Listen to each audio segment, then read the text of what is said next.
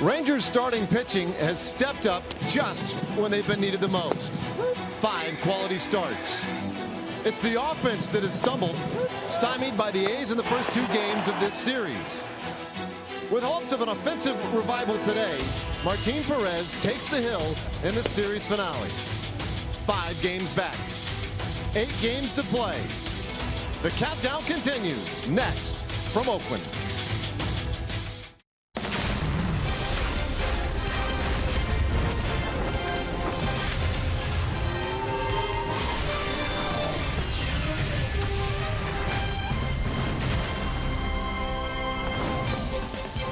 This is Rangers Baseball presented by AT&T, and welcome again, everybody. We are live from the East Bay, Oakland Coliseum, and the lines have been drawn. This is a huge one this afternoon for the Rangers, and they will give the ball to Martin Perez in hopes of getting one big win on this road trip.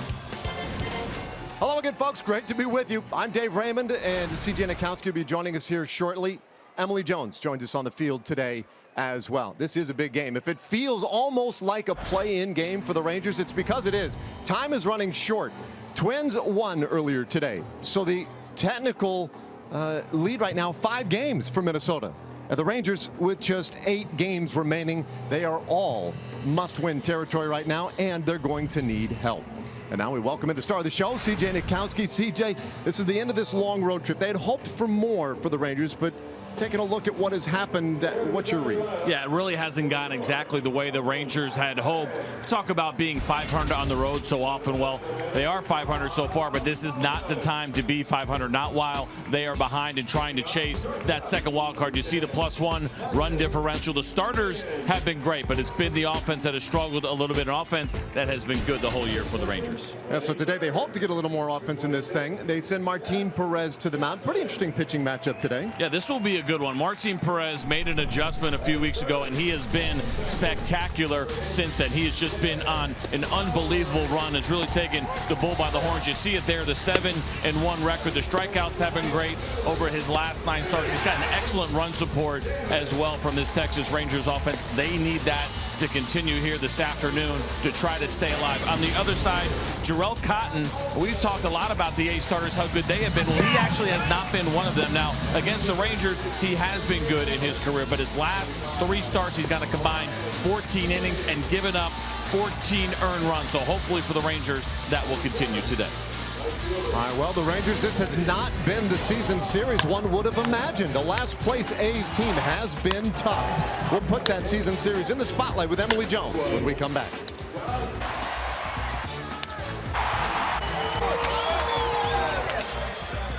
Rangers Baseball is brought to you by AT&T Internet. Visit AT&T.com/keepcalm to learn more. And by Southwest. Yes to low fares with nothing to hide. That's transparent.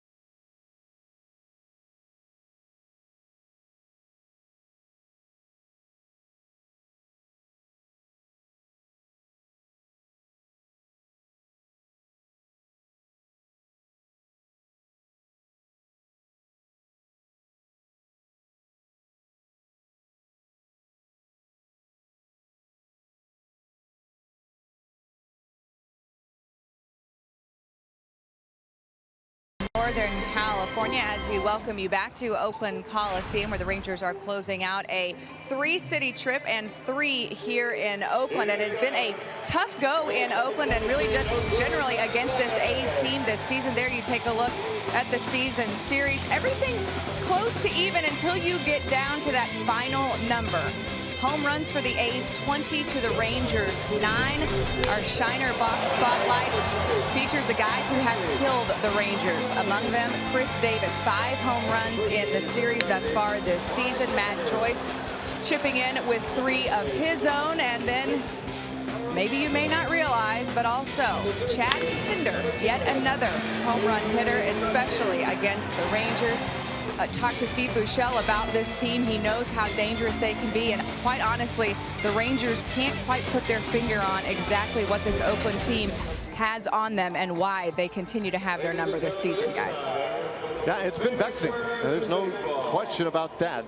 Some frustration here in Oakland, but a day today where they can turn that around, at least keep their hopes alive in this wild card chase. Let's take a look at our Southwest starting lineup today for the Rangers. 76 wins, 78 losses coming into play today. DeShields back in there leading it off in center field. Chu in right field bats second. Andrus, Beltre, Mazzara, and you see some good numbers for Adrian against Jarrell Cotton. Gallo, Chirinos, Rougned Odor batting 8th, and Drew Robinson again with a start at third base. And you see Jarrell Cotton, the right-hander, on the mound for the A's this afternoon, and here is his pitch arsenal, brought to you by Ford. Nearly 50% of the time he is throwing a 93-mile-an-hour fastball. He's also got the cutter, which he uses a lot, the changeup and the curveball as well. And he really has struggled as of late. There are none of those pitches that have been dominant for him this year. Home runs have been an issue. I mentioned in the open the 14 earned runs that he allowed over his last 14. So this is one of the few Oakland starters that has not been pitching well lately. And we said earlier, hopefully that will continue. Let's take a look at the defense for the Oakland A's. That'll be behind Jarrell Cotton. It is Davis, Smolinski, and Canna in the outfield. Chapman, Simeon, Jed Lowry, and Matt Olson. And Fagley will be catching Jarrell Cotton today. Steve Buechele stepping in again today for Jeff Bannister, back at home tending to his mother. And no substantial updates today on her condition. But our thoughts and prayers, of course, with Jeff Bannister and his family as Jarrell Cotton gets you started this afternoon with strike 1 to Delano DeShields. Now Delano on with that .350 on base percentage.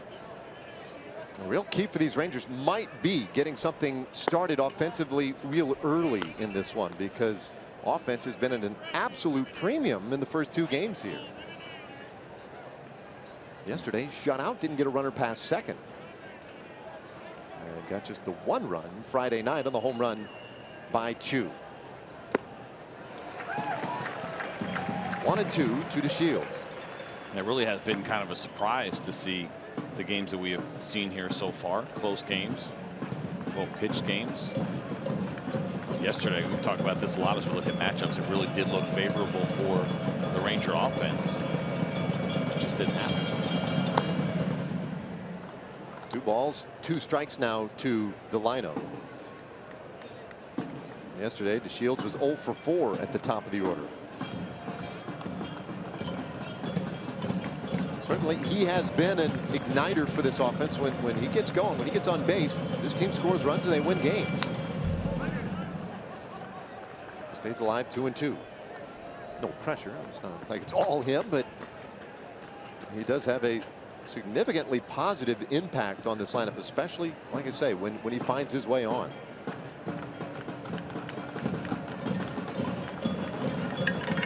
Cotton making his 24th start of the year. 8 wins, 10 losses for him. And he runs the count full. Already a good at bat here for Delano.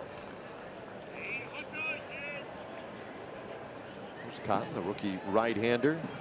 581 earned run average this year. You pointed out lately he has not been going real well for this team. 28 home runs allowed and 124 innings pitched this year. That was close. And a very late strike 3 call by Tom Hallion. That was a weird ring up of Delano DeShields. Yeah, and the pitch looked like it was pretty close to a strike, but we didn't see a call. And then there was a reaction from Cotton, and you almost wonder a little bit if Tom Hallion was on the fence and then ultimately was convinced. Delano didn't like it. He thought it was down. But yeah, what a strange called third strike right there. So Delano, the first out of the ball game. It's a long walk back too. You see how slow he's walking. It's a long walk back here in Oakland as far as the way this ballpark is set up. Yeah, we talked about the foul ground, and there's a ton of it. Let's watch the side view and kind of look at Delano DeShields, and we know the swing there, and you can see it. Maybe that's where, you know, that's the thing, is we didn't get the indication, was it a swing or was it a called third strike? I think that was part of the confusion as well. But he definitely swung at that, I think, looking at that. Yeah, no doubt. I bet, like you say, normally the plate umpire would point at the hitter to indicate, well, you made that a strike. And he did not do that, but there's no question looking at that replay that Delano swung. So you think backwards K for your scorebook? Well, I'm changing it now to a swinging K. Yeah, I had backward K initially, but I'm changing that to a swinging strikeout. Meanwhile, 3-0 here to Chu. I guess it's a day game for everybody, including Tom Hallion, and it is late September. It is indeed. Chu has scored the only run and driven in the only run in this series for the Rangers with that home run on Friday. 21 home runs now this year for him. On base average at .358 coming into play this afternoon. It's this one on the ground, first base, and Olsen will go to the bag himself for out number 2. And one thing about Cotton as well, we mentioned the home runs have been an issue for him as of late. 6 home runs over his last 3 starts that he has allowed. He's really not a ground ball type of pitcher. 37% ground ball rate for Cotton. Strikeout rate respectable for a starter at 7.2, slightly below league average, but he is a fly ball pitcher for sure. And so, you know, of course, there are a lot of fly ball bats here in this Rangers lineup. A lot of home runs.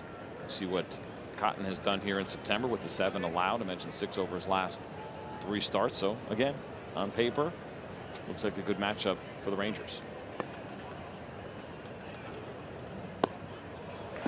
Andrews swings through strike 1.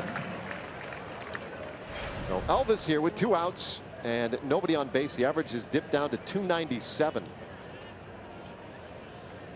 Been an outstanding year for Andrews, but hitless in his last 11 at bats. And just 6 for 31 on this road trip.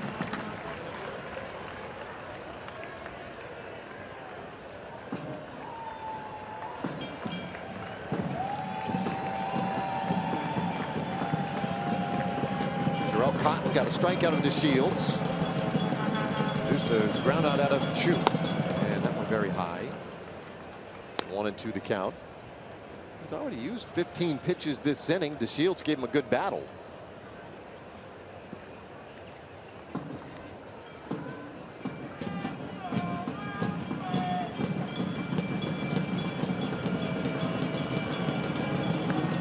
Two and 2. Cotton, you mentioned a rookie right-hander. Another guy with some promise. They've got half a dozen, maybe upwards even of 8 young pitchers that they like. And Oakland feels like, you know, hopefully a couple of them will really materialize and become long-term good starting pitchers for them. Cotton, one of those guys that got high hopes. 25 years old. And a comebacker, that one threw into center field, a base hit for Elvis Andrews. So the Rangers have a base runner here in the first inning. And there goes Elvis Andrews again with the quality swings and approach. Here with Cotton, that one looked like it was a little cutter that was left up in the zone, and you see Elvis going up to get it, slapping this ball up the middle. Continue to watch the great season of Elvis Andrews. So now he will lead off first base. Now 24 stolen bases this year. And Adrian Beltre at the plate. Adrian takes strike one. Beltre last night gave us one of the best at bats we have seen in a while. 2 outs, 9th inning, down 1-0, and working against a bunch of 97, 98, 99 mile-per-hour heat. Golfs this one high in the air out to center field. Smolinski gets underneath it though, and that will end the inning. So no runs, 1 hit. Jarrell Cotton puts up a goose egg in the first. Martin Perez coming out to work. Ace fan.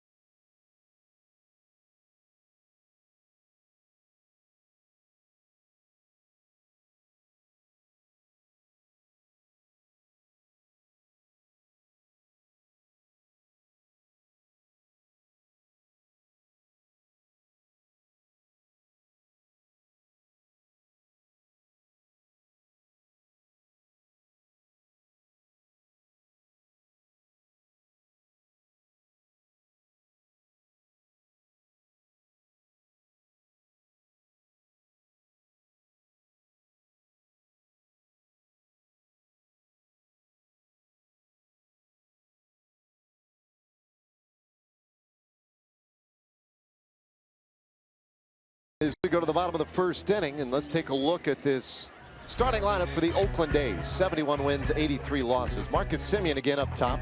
Matt Chapman, Jed Lowry, Chris Davis. How about his numbers against Martin Perez? One to keep your eye on today. Matt Olson been red hot at first base. Ryan Healy, Mark Canha, Josh Figley, and then Jake Smolinski in center field bats ninth. And they'll be going up against Martin Perez. And here is the Ford pitch arsenal for Martin. 58% fastballs this year for him. It's been sitting around 93 miles an hour. The changeup, the slider, and the curveball as well for Martin. Changeup has been a very good pitch for him. Just 1 home run allowed on that changeup this season.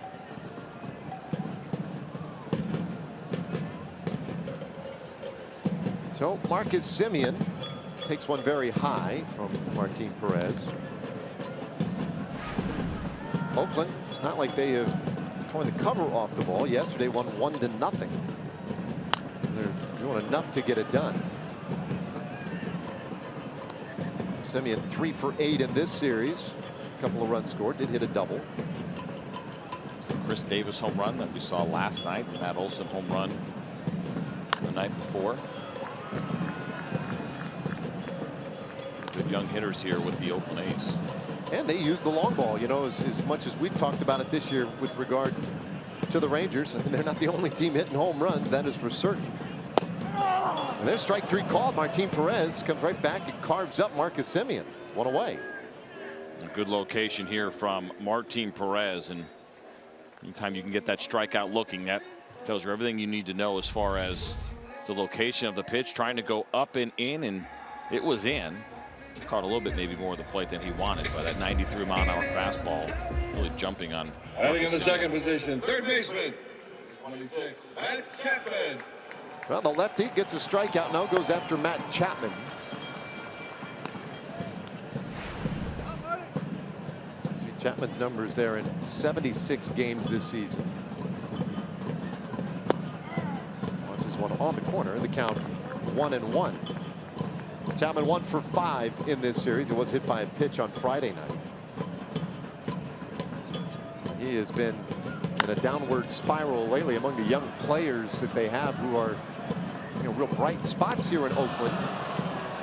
Chapman, one of those guys they hope will be in that group, but lately 3 for his last 34 in the last 11 games.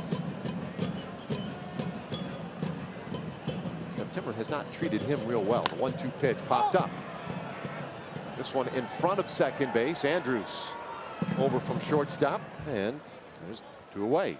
Let's take a look at the Rangers defense for today that is delivered to you by the Texas Department of Transportation. And on Ricky Henderson Field, Nomar Mazara will be playing left. Delano DeShields in center. Chu is in right. Drew Robinson back at third base along with Elvis Andrews at short. On the right side, it'll be Ruben Odor, Joey Gallo, and Robinson Chirinos catching Martin Perez. Here at Ricky Henderson Field. It was great last time we were in town. Ricky was here. The first pitch down low for a ball to Jed Lowry, a switch hitter. The college right nearby here, just a little south of Oakland at Stanford. And he has been a big part of the success here. Gives them good leadership in this clubhouse, good veteran presence. Probably just not to take anything away from Jed Lowry, but in a way keeping the seat warm for their top prospect here, a second baseman who may be another year away. 3-0 the count.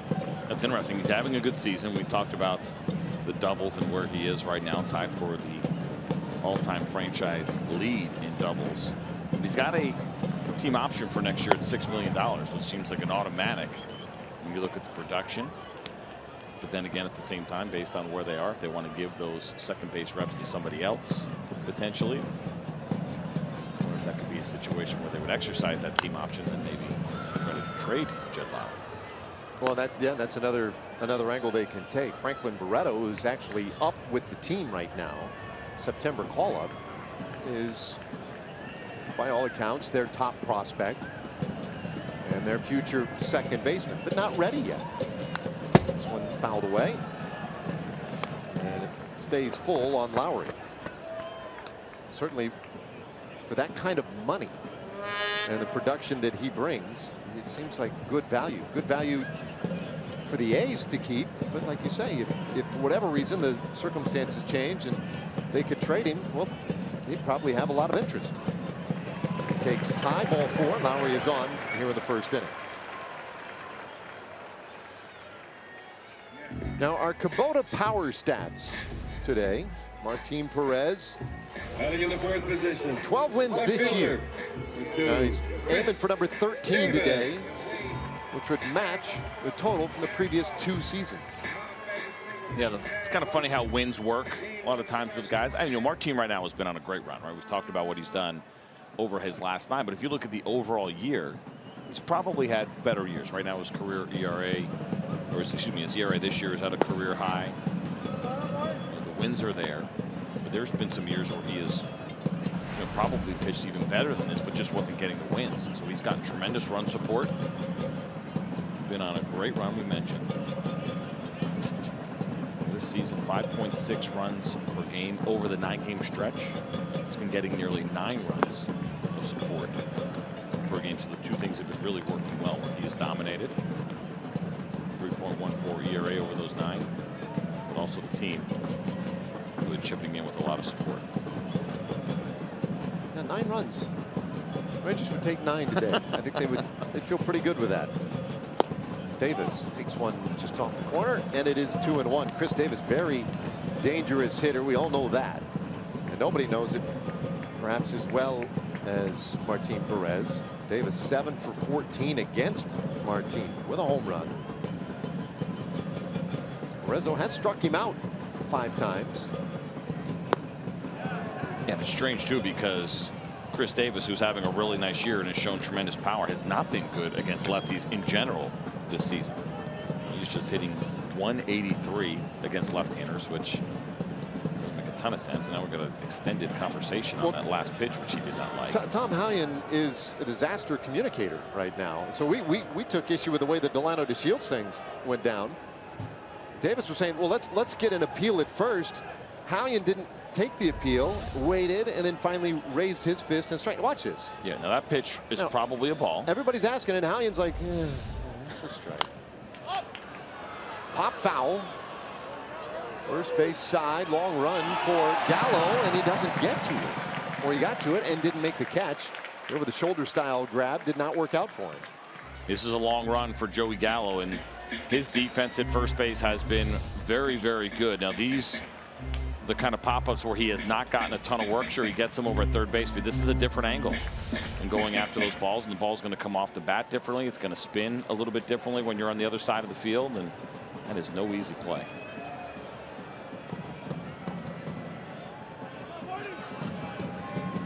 So the at-bat continues for Davis. Boy, you want to take those opportunities you have to put him away and do so. Lowry not really going to go anywhere at first. Pitch on the way in the dirt, and it's a full count. See a little bit of movement there for Robinson Chirinos with the glove when they're going away to Chris Davis. They know that there's kind of a small margin for error. He's got really good opposite field power. Watch Robinson see where that little glove waggle. It's just he does that to just really get Martin Perez focused on that spot, because he knows if you miss even up and away or middle away in the strike zone, that's a good spot for Davis. He's showing power from that part of the strike zone. 3-2 pitch, and that one off the plate. So back-to-back walks, and it'll bring up Matt Olson.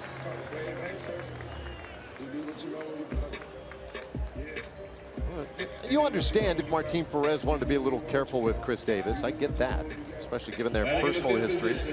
And certainly Davis has earned the respect of many pitchers in the league.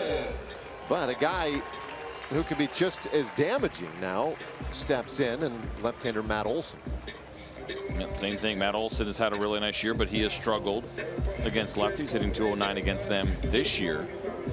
And now for Martin, what we have seen, I think so far with the way the Rangers have approached him, the fastballs up, both in over the plate and away, are a pretty good spot. He's very good down and in against lefties. He's been very good over the middle, but up across the plate and down and away, especially with the fastball, is a spot that Martin can go. Goes away in the dirt for ball one. See the numbers there for Olson, just tremendous. And an incredible run that he has been on here in the month of September. Put those numbers up. He has not been here all year. And he hits this ball hard out toward right field, but Chu comes on in a slide and makes the play. I don't mean to laugh, but how many times have you seen the second baseman jump for a ball and then the right fielder catches it? So Odor went up in the air. Funny stuff here in the first. And it's time to give.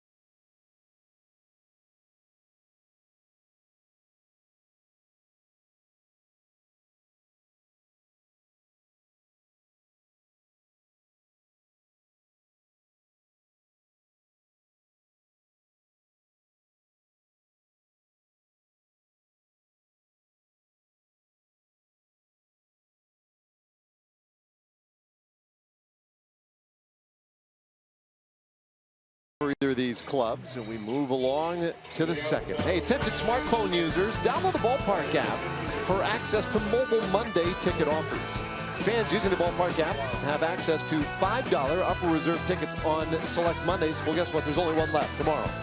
and get $5 tickets for the game tomorrow. Rangers and Astros. Remember, Mobile Monday ticket offers only available through the Ballpark app. Download it today.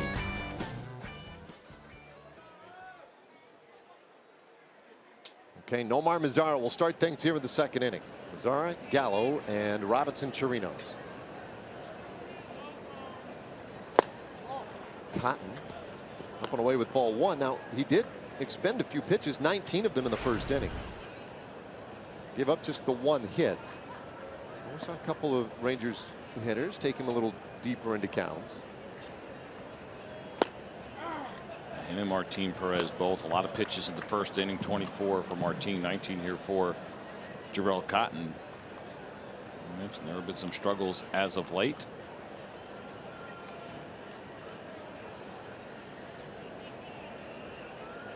One.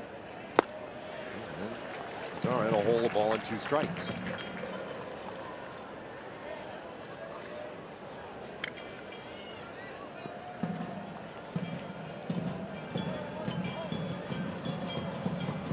Nomar on 19 home runs. He's been there for a little while now. 96 RBIs this year. And he hits this one on the ground, first base, also with a good backhand. Feeds Cotton, who makes a nice play to get the ball, get to the bag in time. One away. Well, the flip looked like it might have started to run out of gas a little bit from Matt Olson to Jarrell Cotton. You never make an assumption as a pitcher that this is going to be exactly where you want it to be, right? See that thing just kind of die and be a little bit low. It's like any other time you're taking a throw. Always assume that it's going to be a little bit off. Everyone can catch the one that's right at you. The one that's behind you or too low, that's the one you have to be ready for. All right, well, now Joey Gallo. Gallo 38 homers and a .207 average. He'll be putting the final touches on this great season the rest of this week. Right, Emily? Yeah. Yes, exactly. You know, he just broke the record for strikeouts in a season as far as the Rangers are concerned. But Joey Gallo, pleased overall with his season, knows he needs to improve in certain categories. But the fact that he was able to play every day at this level, put up the numbers that he has, he does feel like it was a step in the right direction, especially considering he wasn't even sure he would be on this roster headed into or out of spring training. Yeah, right. That was the big question mark coming in. The door opened up when Adrian Beltre hurt that calf, missed the first couple of months of the season. I think a lot of people thought that Joey Gallo was going to start the year in AAA. There's Adrian. You know, I think, listen, there's always room for improvement, right? You think you look at positives that have happened for a lot of these guys, you take the positives away, and keep in mind, as I've stressed a couple of different times, how young all of these guys are. Nomar Mazara is 22 years old. Joey Gallo is 23 years old. Rougned Odor, we're treating him like he's some kind of salty veteran. He's 23 years old. I mean, these guys have not even hit prime years yet. You're looking for the big years of production, 25 to 28. That's when they really should be hitting their stride. It's just that guys get to the big leagues so much earlier. They do so much learning at the big league level. That's not an easy thing to do when you're going up against the best pitchers in the world. No, and especially in an environment where winning is the expectation, right? I mean, there's a little bit of a difference in the way things are done in Texas than they have been here in Oakland, or I guess the level of expectation. As that is ball 4, and Gallo draws his 73rd walk of the year. And that's maybe the one big number that we talk about a lot. And I think at the end of the year, you'll talk about the home run numbers because it's going to be big, 38 currently. I think the second number that people are going to talk about is that number 73 plus as his season winds down. How many walks will he get to this year? Can he get 80 maybe? Yeah, you know, the strikeouts are one thing. As Emily mentioned, he passed Pete Incaviglia, who had the franchise record at 185 back in 1986. But the difference is, and Pete had some power as well, he hit 30 home runs that year. But you're definitely seeing more walks from Joey Gallo. You mentioned that was number 73. Incaviglia that year had 55. So I think that's absolutely one of the things that Joey can hang his hat on this year, especially some of the at-bats he's put against left-handed pitching. Now Chirinos, and it's 1-1. 17 homers, 38 RBIs for Chirinos. A really good productive year for him, and on base percentage of .365. And boy, has he been logging some time behind the plate here in this second half. Rangers traded Jonathan Lucroy away. Chirinos took over, and because he got so hot, he would never take a day off. High fly ball out to right field. McKenna is there, and they're 2 away. Yeah, it's been a grind for Robinson. There have been years where he has had more innings, I think, behind the plate for sure. But I think getting to this time of the year, and don't forget too, that's the other thing. We keep talking about the other variables that go into a player's production. But that unrest in Venezuela is certainly something that's had to weigh on Robinson this year. I mentioned, of course, Alex Claudio and guys dealing with the hurricane back in Puerto Rico. There's all these other little things. And I think you start to see, and I say little things, they're actually more important things. They're big things. And I think we're getting to that point in the season where we're starting to see some of those things maybe start to show a little bit more on the outside. These guys have done a great job of kind of compartmentalizing the bigger issues and going out and playing baseball. At some point that is going to catch up to you. 1 ball, no strikes on Odor. 2 away here in the second inning. Rangers have had a runner in each of the first 2 frames. Gallo, the man over at first at the moment. Odor takes wide. It's 2-0. Rugi had 2 walks yesterday. Just the 5th time in his big league career that he drew multiple walks in a single game. Talking about guys maybe tweaking their approach a little bit. I mean, sometimes dudes just aren't throwing you strikes either, and Cotton hasn't thrown one here. 3-0.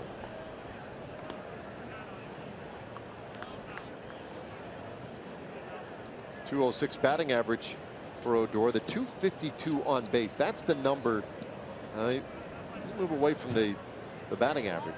If you can see that on base percentage get back up near to league average, then you're really starting to talk here. But at .252, that's the thing that's really going to need work for Odor. Yeah, that's been the number that has really stuck out. It has not gone the way he had hoped, and all the work that he has put in. The on base percentage, not what he expected this year, not what the Rangers expected. Gallo running 3-1, and Rugi fouls it off. It's a full count, and Joey will reset over at first. The one thing, and I mentioned this last night, digging in a little bit more on Rougned Odor's year. Part of the issue, part of what has happened with him this year, heavier defensive shifts. That has absolutely cost him some hits. We've seen it a couple of different times on this road trip. But, you know, his walk rate is actually up. Even though the on base is really low, and it's not a great walk rate by any means, but it is up from a year ago. 3-2, and this one popped up left side of the infield. Out for it from shortstop is Simeon, and the inning is done. Rangers leave a man. We've played 1.5 so far this afternoon. No score.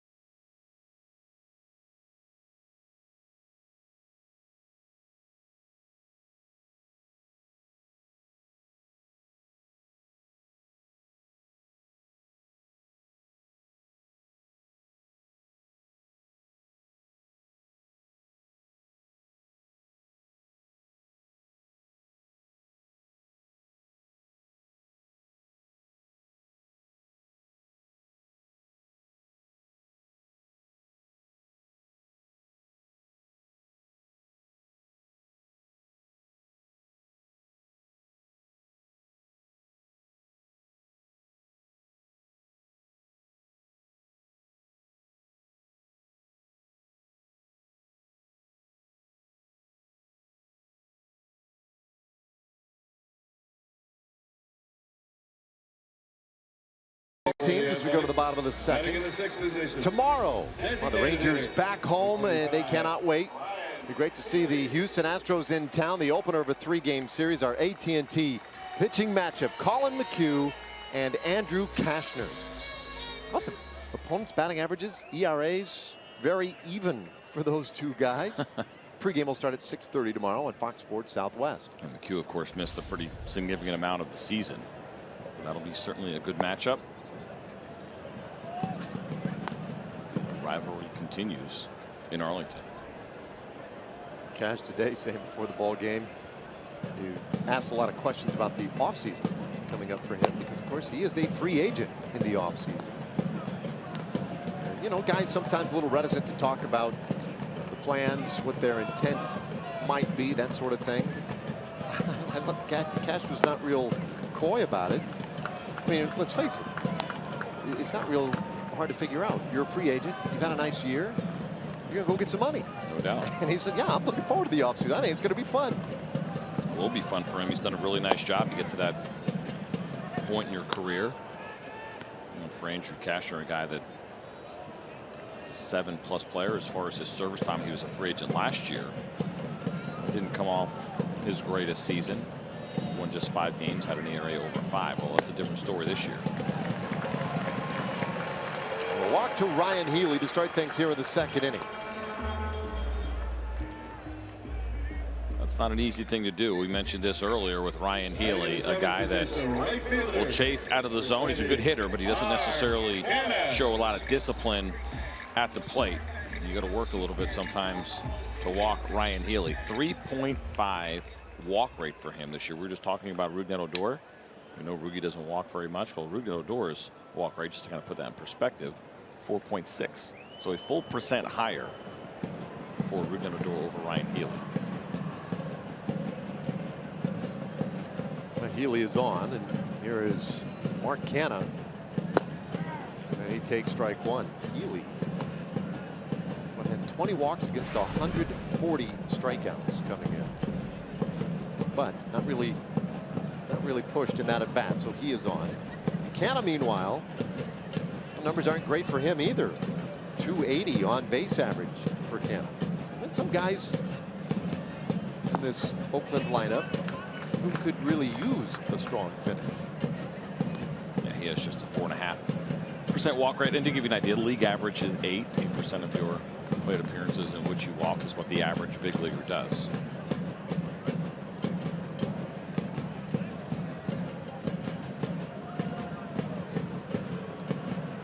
1-1 the count. Ground ball, second base. Odor waiting, quick flip to second, and on to first in time. Double play, 4-6-3, and that walk erased. Well, here it goes, Martin Perez. Once again, he has been so good in these spots really throughout his career, but now 31 for him. That's the second most in the American League. I've talked about it a lot this year with him. It's fascinating because he's not necessarily a huge ground ball pitcher, right around league average, slightly above. But when it comes to those moments, he really knows how to deliver that pitch when he needs to try to get the ground ball. And the Rangers have just been excellent at turning the double play. That is number 147 for the Rangers as a team. That is the second most in Major League Baseball. Well, the base is empty, and there's a strike, 1-1 to Josh Phegley. Phegley just his 55th game. And offensively, the numbers have not been where he has wanted. Below the Mendoza line with a 199 batting average. On base at 250. Today gets a job behind home plate. He's ahead here, 3-1. You do have the expanded rosters in September, but both these teams a little banged up, and so you do get some guys seeing playing time at positions or even just in the lineup who otherwise may not on a normal case be there. And there is ball 4, so a second walk in the inning. Phegley is on. for the 9th place hitter, Jake Smolinski. You see some frustration there from Martin Perez. 4 walks for him now through an inning and 2/3. Center fielder, number 5, Jake Smolinski.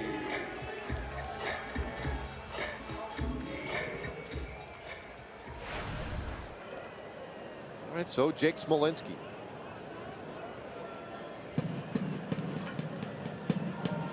Smolinski starting in center field. Like there's another position. So Fegley's starting today. Bruce Maxwell's hurt. The foul tip off the face mask the other days in the concussion protocol, I guess, at the moment, to try to get him back to where he can play every day. Smolinski getting time in center field. How many different center fielders have we seen in this series? Yesterday it was Mark Canha.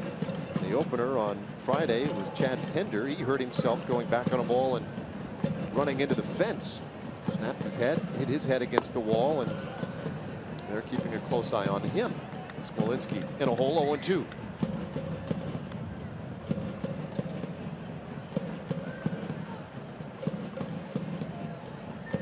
Man on, 2 out here in the 2nd inning.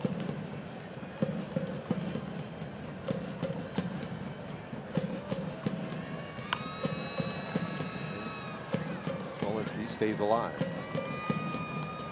It's just the 10th game for Smolinski. 1 for 5 at the plate.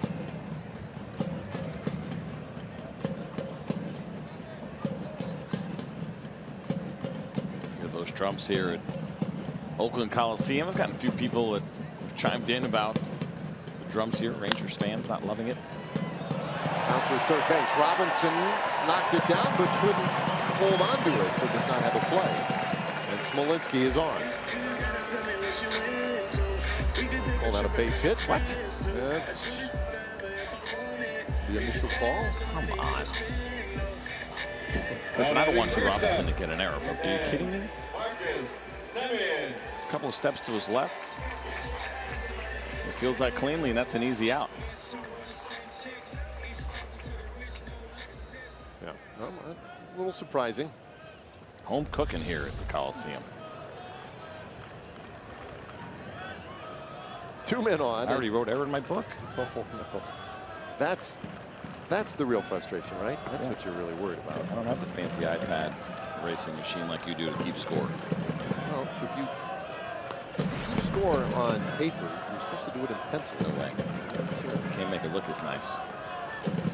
It's like a bunch of colored pencils. You could do that. Yeah. I'm not into shaving those pencils, sharpening them. It's too much work. Simeon 0 for 1. Struck out looking in the 1st inning. And Martin Perez having to throw a lot more pitches than he would have wanted. Mentioned the 4 walks. He's given up just the 1 hit. That one just a moment ago. That questionable, the scoring piece of it, but a little bit of traffic against Martin Perez here early on. This will be his 44th pitch of the day. Martin's been on a real nice run.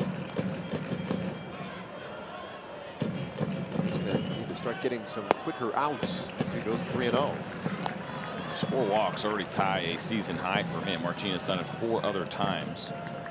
But in each of those games, it's been at least 5 innings. Command a little bit of an issue right now. Martin keeps searching for it.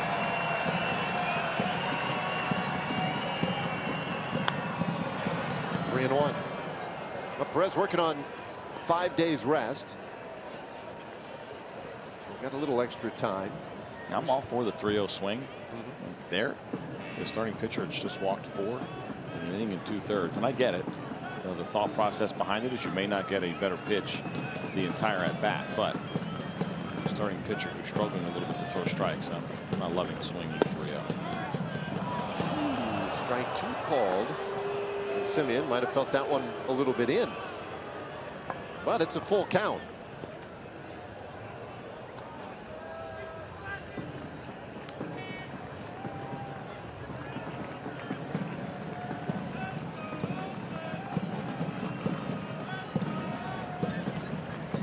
So the runners will be on the move. Fegley off second, Smolinski off first base. 3-2. Hard ground ball, shortstop, high hop go for Andrews, and he takes care of Simeon to win the inning. So the A's leave a couple on. We have played 2 scoreless today in Oakland. And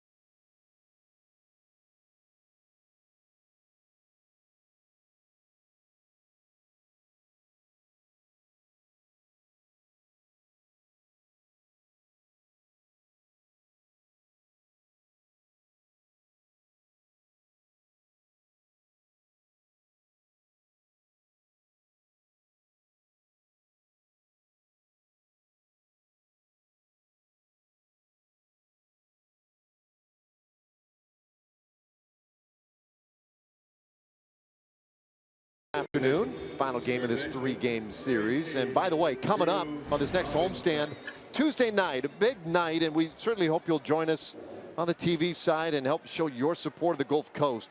We're going to be taking on the Houston Astros, obviously, Tuesday night, but the Hurricane Harvey relief benefit all night via the broadcast. Fans are going to have the opportunity to bid on one-of-a-kind sports and entertainment packages. Donate, of course, to folks needing the help right now. Receive limited edition merchandise, and it's just a great opportunity to help so many in need right now in South Texas, and we hope you will join us for that. 3rd inning, and Jarrell Cotton dumps one right in there for a strike to Drew Robinson. Drew batting 9th today, playing 3rd base. His first look at Cotton today, and curveball. Wow, that one bounced way away. It's 1-1.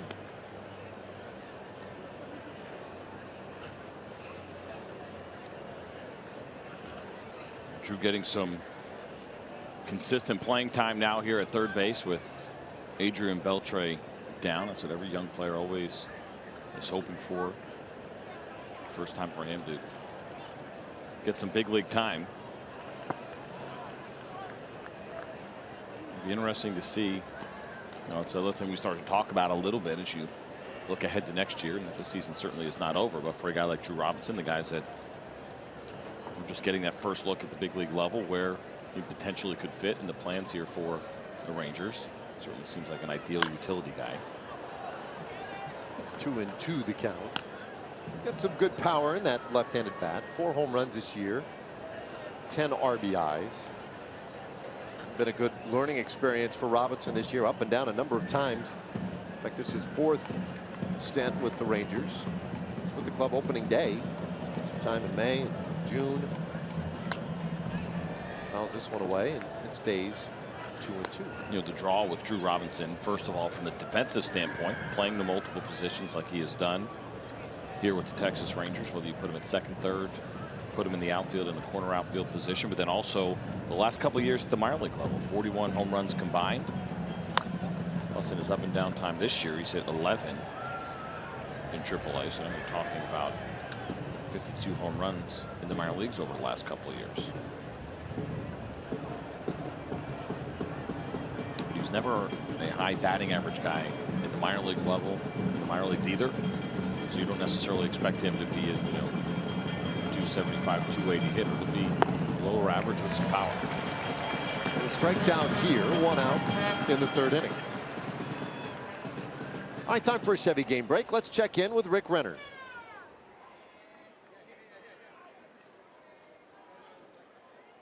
Now batting, three, Lionel Shield.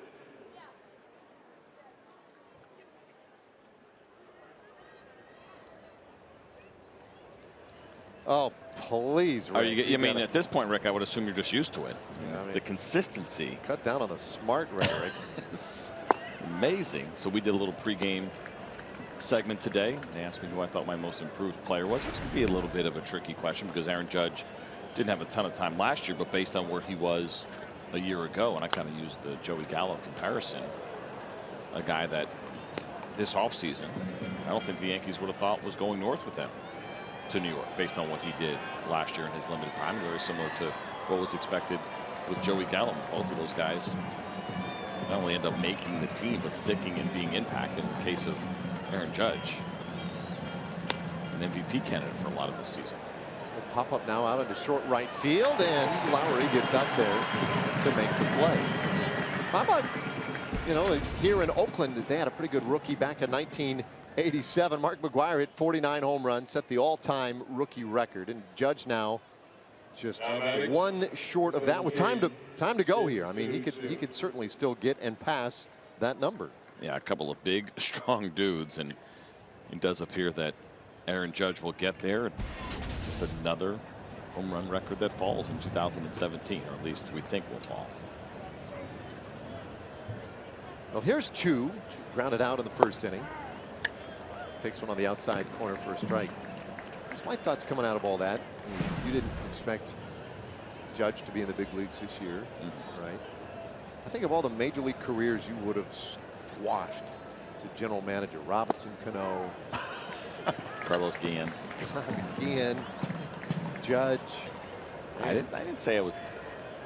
Listen, I'm just trying to be objective. Based on, there's so much hype when you're a Yankee prospect. I mean, there's more hype for prospects than we've ever seen in our game. But for years, big market prospects were always hyped more. Now there's also bigger pressure when you're in those big markets. And for the Yankees, who are not going through a rebuild, but basically stopped spending money for a little while and trying to get some young players up to the big leagues, right? They released A-Rod, they give Aaron Judge time, and Gary Sanchez gets time. Yankee fans, they're not known for their patience. And so they're thinking, well, here comes this kid, and he struggled last year. And so the pressure is turned up. Now he is an unbelievable young man. We talk about role models in sports. I think you always have to be careful with that. Not necessarily a big fan of that as a parent, but this kid's pretty solid. High pop up back of third base. Long run out there for Chapman, but he will give way. Davis coming in from left to make the play. So it's a 1-2-3. Top of the third inning. Jerome Cotton in cruise control this afternoon.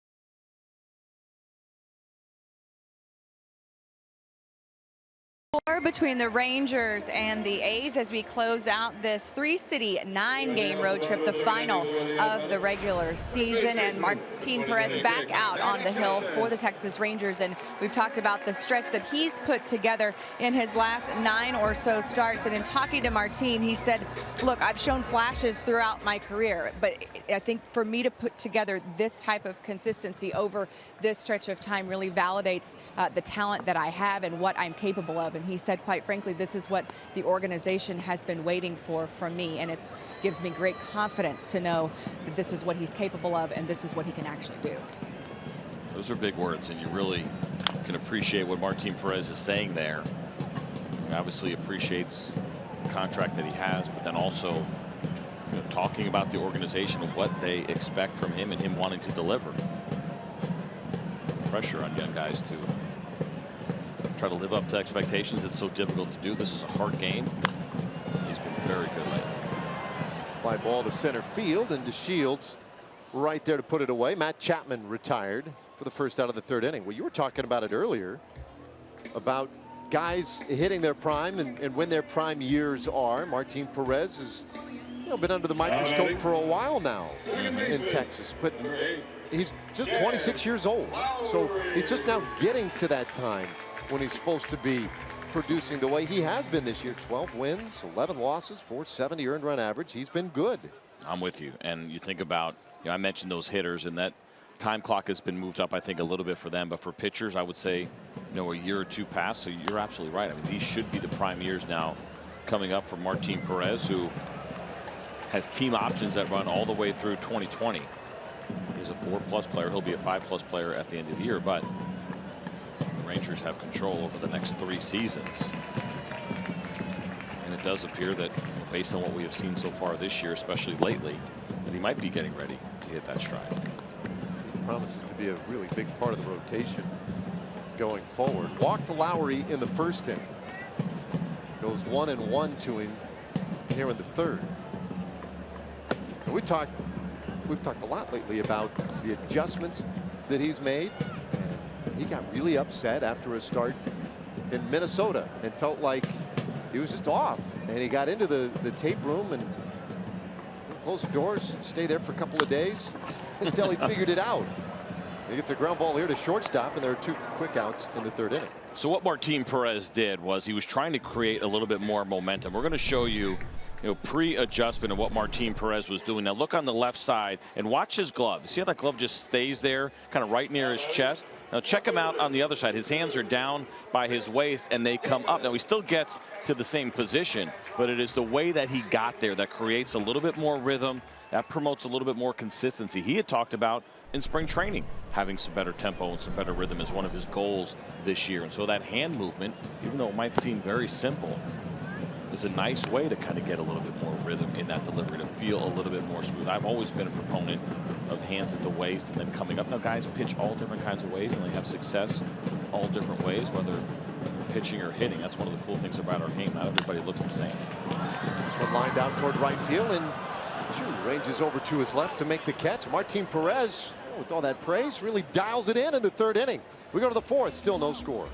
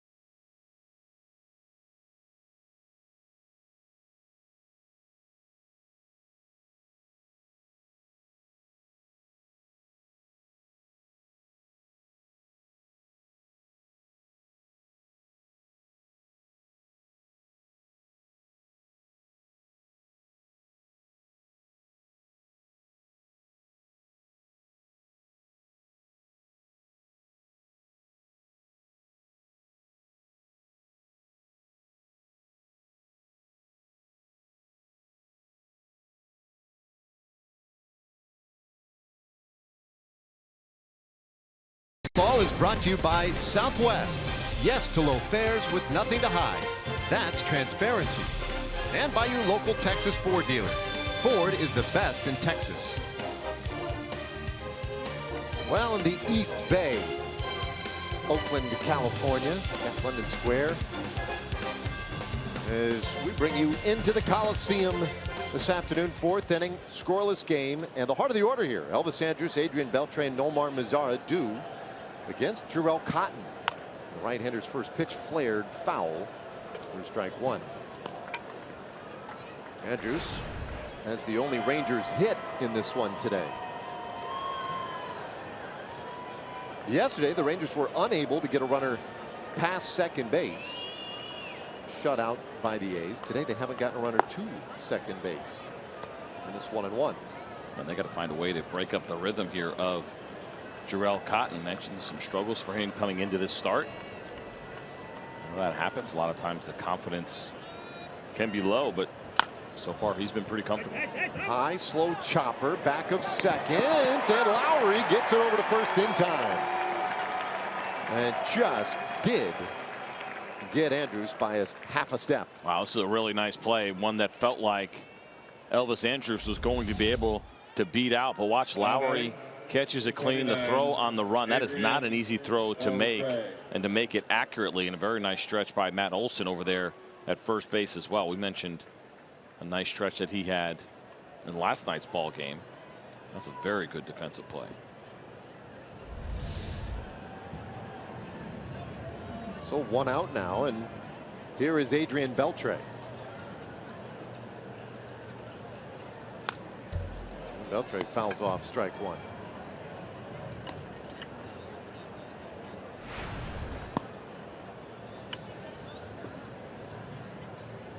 See the numbers for Adrian at the bottom of the screen there. 312 average with the 17 home runs.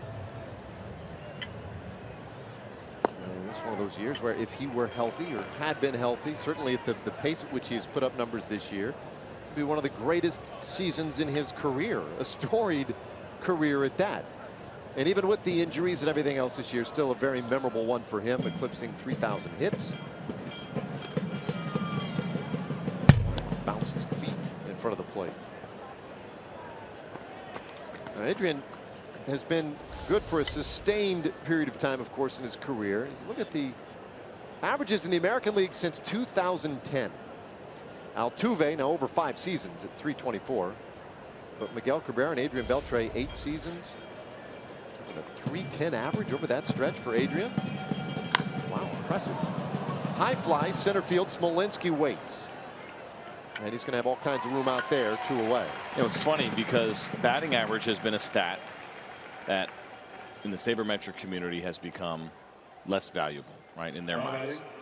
But as this game changes and we see batting averages kind of going in the tank, right, a lot of power, a lot of strikeouts, a lot of defensive shifts, well, that all those things kill, you know, batting averages. Well, home runs don't, but you know, the strikeouts do, the shifts do. Well, now we see a guy with a good batting average, or see a sustained good batting average, the way that Adrian Beltre is. That actually gets more impressive than maybe it used to be. It is a lot harder to hit for average these days in the major leagues. And why it doesn't always tell the complete story about a hitter, maybe not the best way to evaluate a guy. You see a high batting average in today's game with the relievers and the hard velocities as well. It's impressive. Zara fouls off strike 2. I think that's such a fluid concept, though. This idea that we're going to find some way in a simple number to stack up hitters one against another and say, well, this guy's better than the other dude because of this number. And we've tried, Lord knows, baseball has tried over the years.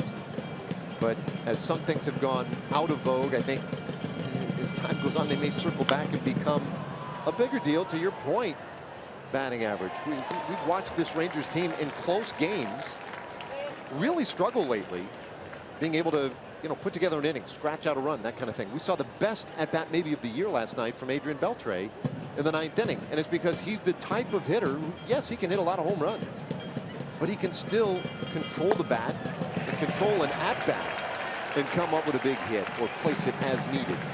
Unfortunately, it's a quiet fourth inning again for the Rangers. We've played 3.5, no score.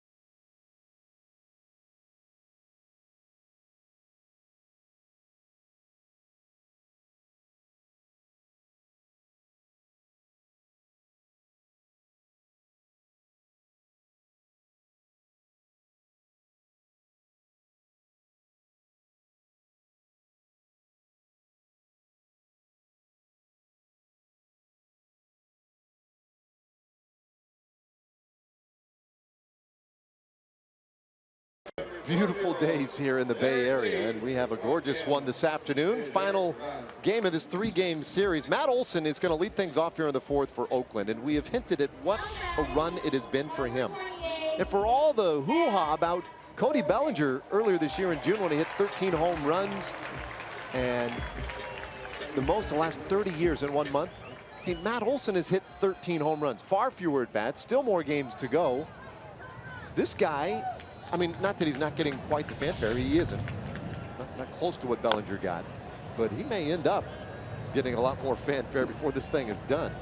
It's been amazing. You could end up with that all-time record by a rookie. That certainly, I think, is something to be proud of for him. But more importantly, he had a little bit of time last year, didn't go great, but very limited time. Not anything that you really evaluate by the few at-bats that he did have a year ago, but the adjustments that he made, right? What happens as a minor league player, regardless of what you're doing, people will look at your numbers, those absolutely matter, but they're also going to break you down a little bit. And sometimes an organization will look at a player and be like, yeah, okay, the numbers are good, but here's why we're not sure if that's going to play at the big league level. Here's something maybe that we don't like, or we're noticing he's not getting to high velocities, and so maybe that would slow the progress a little bit. Kind of using Matt Olson as an example of that. And so even though things were going decently for him in the minor leagues, gosh, 2014 he hit 41 home runs in the minor league level. He hit just 261 and say, well, those numbers of course are going to come down. Well, credit him for some of the adjustments he has made, and now the year that he's having.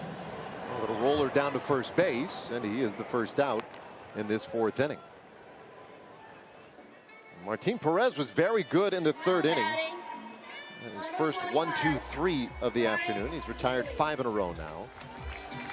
Martin's 3 wins against Oakland are the most he has in any road stadium in the big leagues. He has had some success in this ballpark. He has pitched well against Oakland, generally speaking. Last 5 starts against the A's, 3-1 with a 372 earned run average. Early on today, he was having a little trouble with the command. Walked 4 hitters in the first 2 innings. But has since settled in a bit. Now goes 1-0 to Ryan Healy. One of those guys he did walk.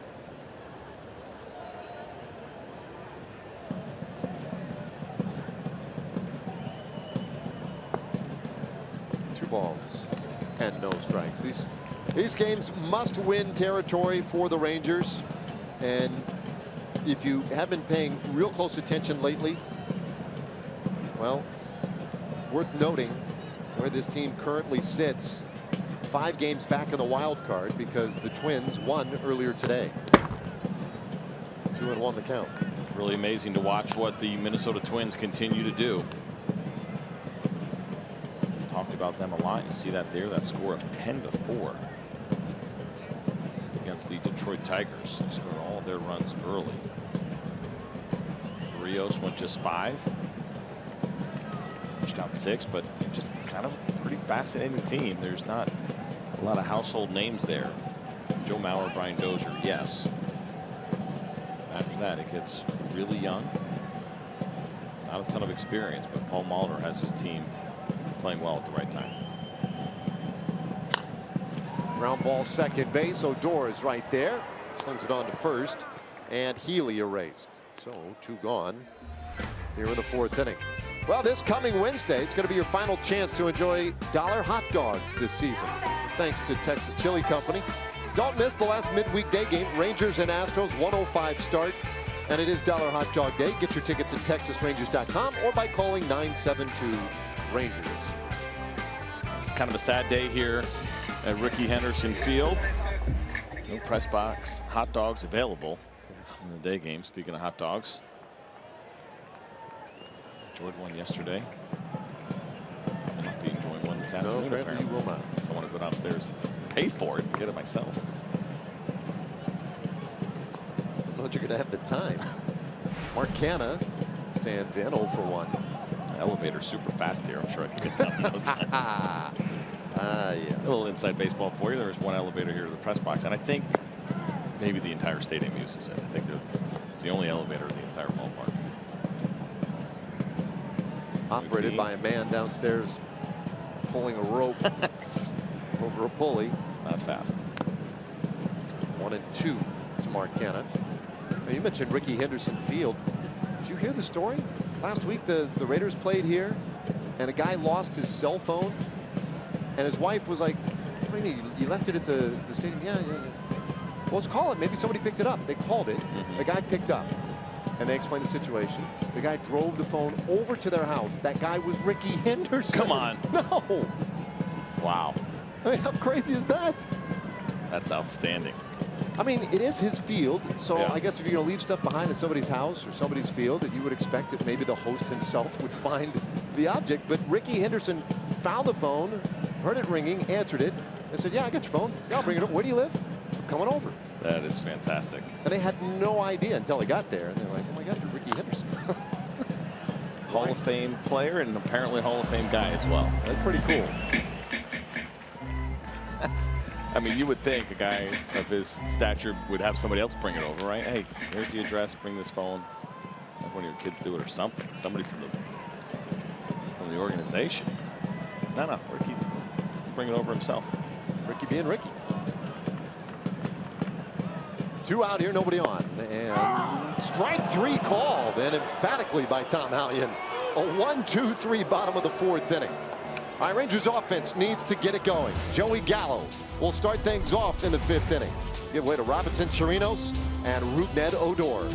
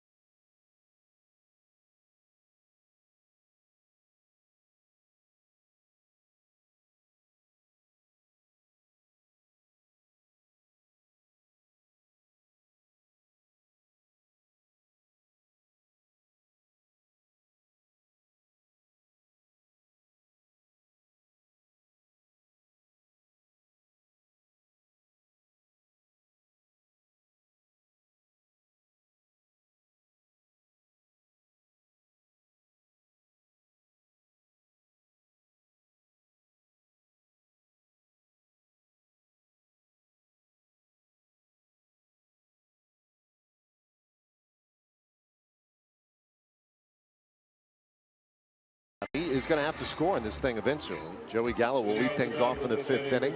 Hey, Emily yesterday kind of locked us up with a really good stat game. Got anything else going today, Emily? Yeah, I mean, I just continue to ask the players this riveting question that you guys have been so intrigued by. I'm kidding. About just what stat they pay the closest attention to. Like if, you can look at a stat and say it's 100 RBI and say, oh, that means I've had a good season. Kind of what, based on their game and what they bring to the table, what stat it is they pay the closest attention to. So let's go. Joey Gallo, you guys guess. Ooh, Joey Gallo's an interesting one. I mean, obviously he has to be thrilled with his home runs. He is thrilled. But at the same time, I don't want to say that we knew they were coming, but you always feel like it's going to be something different, right? So home runs would have been the obvious one. I'm going to stay away from the obvious, and I've done so often throughout my career. I'm going to overthink this a little bit and really talk myself into a corner. And I'm going to go with. Take your time. Don't feel any pressure here. OPS. Oh, and you are correct. Mr. Raymond? Thank you. Huh? Okay. I was going to give Dave a guess first. All right. I was going to go pitches seen. You're incorrect. You're incorrect, sorry Dave. about that, Dave. CJ, you are right. Oh, yeah. As much as overthinking got it done. Oh, Dave, you got to come through better for me, buddy. Well, I mean, I had second pick. That's true. That's true. Dave gets to go first next. You can let him go first every time. All right. Dave gets to go first next. Yeah, he says OPS, that pretty much kind of encompasses his game. Getting on base plus the power, that's the player he is. And he said that's the stat he feels like he needs to reflect on, or can reflect on most, to determine kind of where he's sitting. And that just gives you an idea, too, of how the players have bought into where we have gone with some of the advanced metrics, or just even the changes in number. Right? That numbers that we use, that certainly wasn't one that we were using that long ago. And he strikes out looking here in the 5th inning, 1 away. So Gallo's OPS this year, right? 858. That's really good. It is, and he's going to walk today. Of course, he just struck out, but he's also, it's funny that you went to pitches seen, right? Yeah. Because he's done a really nice job of that as well. How many times have we seen him turn an 0-2 count into a full count, and sometimes even against some tough lefties and turning those into walks? That is something that has stuck out for me this year with Joey Gallo. And even today, Cotton has had 2 3-ball counts, or 2 of his 3-ball counts have come against Joey Gallo. He's done a good job seeing pitches here against the righty, who's throwing the ball very well right now against the Rangers. It's a bold strategy by Cotton. It is. See how that works out as this goes on. 1 strike pitch to Chirinos. Count 0-2. Emily, you got any more, Emily? I need another chance. I have not made the rounds to Robinson yet, but ask him an easy question that he can answer to make him feel good. Rougned Odor. Doesn't have to be baseball related. Just anything. Yeah. What state are we in? Yeah. Rougned Odor coming up to the plate as we speak. Okay. Where is our theme music? Which one? Which stat do you think? Oh man. Which stat for Rugi? Whew. It's not going to be UZR minus 150. I don't think it's going to be one of those crazy, nonsensical defensive stats. Yeah. Golly. I'm going to go with pitches seen per plate appearance. Oh my goodness! Are you just trying to get stuff wrong on purpose? I'm just going to run. What's wrong with you, Raymond? I'll go RBIs. Okay. Ooh, that's a good one. What say you, CJ? That is a good one. I like that one. We need a combined stat for I don't know, some home runs and RBIs. I'll go home runs for him though. God, CJ nailed it. So annoying. Have you seen my notes? What's going on here? No, I'm playing it straight here, as I always do. And home runs. Listen, I mean, my ego right now, my head is humongous between Rick Renner, blowing me up and saying how smart I was. Yeah. Emily, you probably, for Dave's sake, even if I get it right, just say I got it wrong. Just change the answers. Yeah, we're gonna have to. Yeah, just lie. You're better off lying. Save his fragile ego here. Yeah, as we well know. Well, I mean, he did go to college, a pretty good one for 4 years. I went for a couple of years. That worked out for you. You're winning the game. Cotton, meanwhile, has struck out 3 in a row here. It is 1-1. The door is up into 1-2. So it's home runs for Rugi, though. Huh? Mm-hmm. Listen, and you think about where he is. He should be very proud of what he has done these last couple of years. I don't care how many home runs are hit around the league. For him to go back-to-back 30 home run seasons at age 22 and 23, that's saying something. Well, he strikes out here, and it's a 1-2-3 fifth inning for Cotton, who seems to be getting better as the day wears on.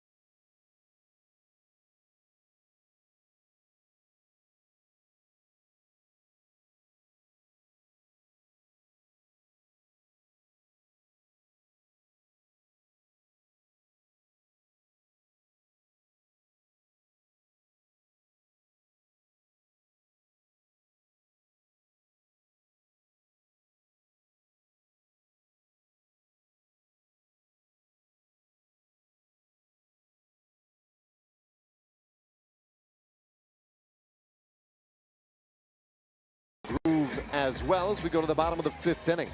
Looking ahead at our progressive upcoming schedule. Travel day today after the ball game, and then home for the final homestand beginning with the Astros tomorrow night. Pregame starting at 6:30, first pitch 7 o'clock. Tuesday and then Wednesday afternoon as well. And of course, all the games right here on Fox Sports Southwest. Thanks to Progressive for supplying our look at the schedule again today, as Josh Phegley stands in and takes strike one. Phegley, Smolinski, and Simeon. We were having that conversation earlier about batting average, right when we showed those numbers there with Adrian Beltre, and kind of how maybe batting average is a little bit more value again, or at least when we see good ones, we're more impressed in today's game. Base hit into center field for Phegley. Was the second hit today for Oakland, and that's the first one they got through the infield. So I was quickly looking kind of by decade. In the 2000s, the league batting average was 265.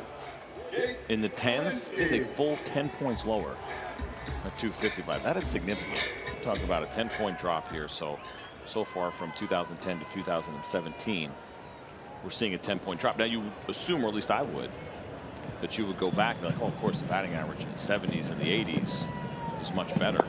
I would have thought that. Not necessarily. In the 70s, 256 league batting average. In the 80s, 259. Very surprised by that. So from that standpoint, at least from a home run, or excuse me, batting average perspective, we're seeing more 70s and 80s baseball. Now, people would say we're not seeing 70s and 80s style baseball, right? Not the bunting and the stealing, but batting average a lot closer to those errors as opposed to the 90s and the 2000s. That's a big drop, though. 10 points from both the 90s and the 2000s. Phegley off first, and Perez the long set, the 1-1 pitch, and that is strike two. Smolinski reached on the hit, if you will, to third base. The ball that was hit on the ground to Drew Robinson. Robinson didn't quite get cleanly. Scored a hit, could have possibly been scored an error, and may indeed ultimately be changed to an error. 2-2 now on Smolinski. 10th start in September for Drew Robinson. Big one today for This Rangers team, they are up against the wall. This one is outside and it's a full count. Well, we've been saying it quite a bit the last probably 2 weeks. There just is not much room to lose games this time of year when you're in the wild card chase and a handful of games out with a handful of teams in a very similar spot. The crazy thing is that nobody is really taking charge of it. Smolinski rolls this one into left field, and that's a base hit. So 2 men on for the top of the order. Time for a Chevy game break. Let's check in with Rick Renner.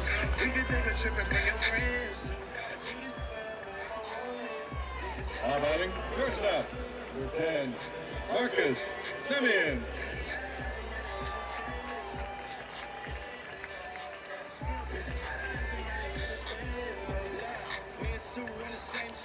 Yeah, and that is, you know, a pretty big margin at this point of the season now, Rick. And, you know, a nice win for them. They've won a couple now, really, when they have been pressed. But talking about what everybody has done in the last week and a half in this race, like I say, nobody has really taken charge. Take a look at these records in the last 10 games. Twins are at even 500. They're on fire. The Rays, Rangers, Royals at 4-6. Mariners have stunk. Angels have just fallen apart. And the Orioles 3-7 as well over the last 10. Yeah, what that tells you was the opportunity has been there. Popped up bunt. And this one grabbed by Chirinos for the first out of the inning. But nobody has really cashed in. I was kind of curious if Marcus Semien was going to try to bunt in this spot, and he jumped out there a little bit. He's only got 1 bunt for a hit this year. Excuse me, 1 attempt. He doesn't have any hits, but a little bit of a late square. That is not a sacrifice, at least from the standpoint of how you do it. My question is this fair or foul? Looks like it must have been foul because Chirinos otherwise would have maybe dropped it to try and go for the triple play even. Too close to take that chance, but you're absolutely right. Had he done that, that could have been a 2-5-4-3 triple play. But I get frustrated. I know coaches get frustrated a little bit. Like, if you're going to sacrifice punt, then sacrifice. Hard grounder up the middle by Chapman. That gets Begley to the plate. Into third base, Smolinski. A double for Chapman. And the A's have scored first today. Well, off the bat, this looked like it was a ball that might have been headed for Elvis Andrus' glove, and then maybe a double play. Now, it was hit hard off the bat of Chapman. You see the big swing there. He squared this ball up pretty well, and it got under the glove of Elvis Andrus. Jumped on him maybe a little bit quicker than expected. I mean, it would have been a spectacular play to make it happen as hard as that ball was hit. But we have seen so many spectacular double plays from Elvis Andrus when moving on a door up the middle this year. That one was not meant to be.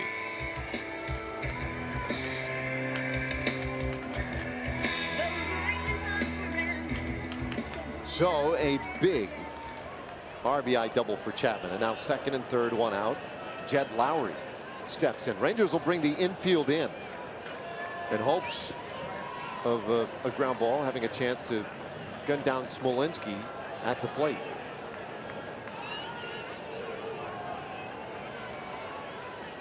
Perez deals low, ball 1.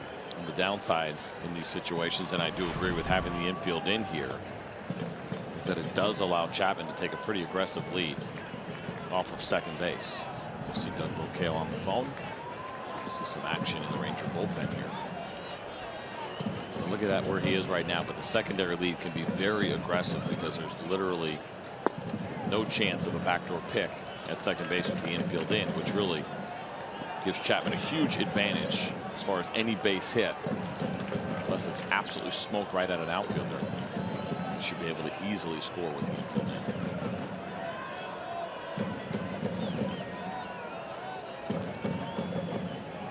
Continues to edge off.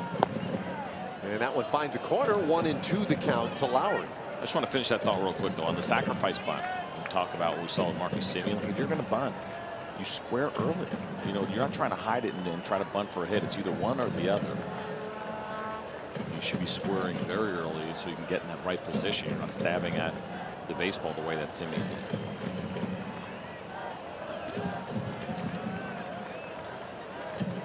Perez's 1-2 pitch, and that one off the handle, flared out into right field. That's a base hit. Chu has a good, accurate arm. The throw to the plate is late, and it's a 2-run single for Lowry. 3-0 Oakland.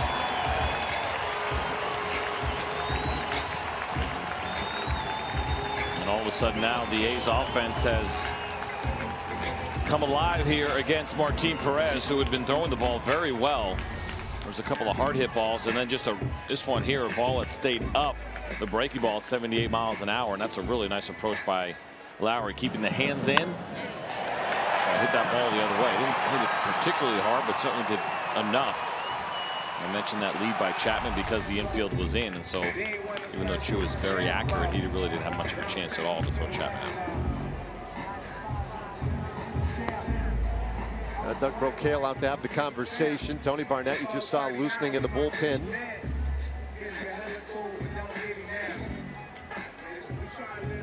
Huge game today. And you look at the standings, we just showed them a moment ago, and where everybody is in the wild card. The other number you want to start looking at is the elimination number, and for the Rangers that number is 3, which means any combination of Rangers losses or Twins victories totaling 3 would eliminate them. So you literally cannot lose. As the first pitch to Davis off the outside for ball 1.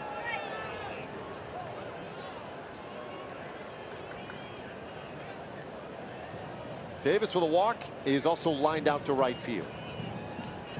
3 runs in this inning. Check swing, that's a strike. 1-1 the count. It's the 3rd time through this Oakland order now for Martin Perez. Not a breezy but beautiful Sunday afternoon here in Oakland.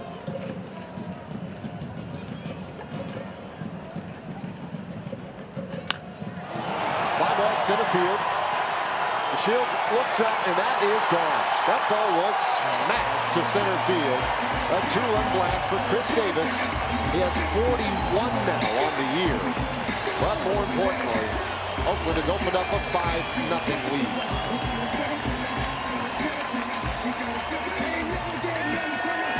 The impressive power of Chris Davis continues. We have seen it now twice in this series. You know, of course, the Rangers have seen it quite a bit this year, but it's where he hits these balls now. Has a pitch that is missed up, looks like a changeup, top of the plate. But the fact that he's hitting this thing to dead center field and almost out of your shot. The ball he hit to right field was an absolute rocket, and he continues to impress. You know, this is just his 2nd year here in Oakland. Came over from Milwaukee. 83 home runs in his first 2 seasons in the American League. He has been unbelievable. And nobody knows that better than the Texas Rangers. That one 445 feet to straightaway center. And now Olsen rolls one on the ground to first. Gallo gathers it up. There are 2 away.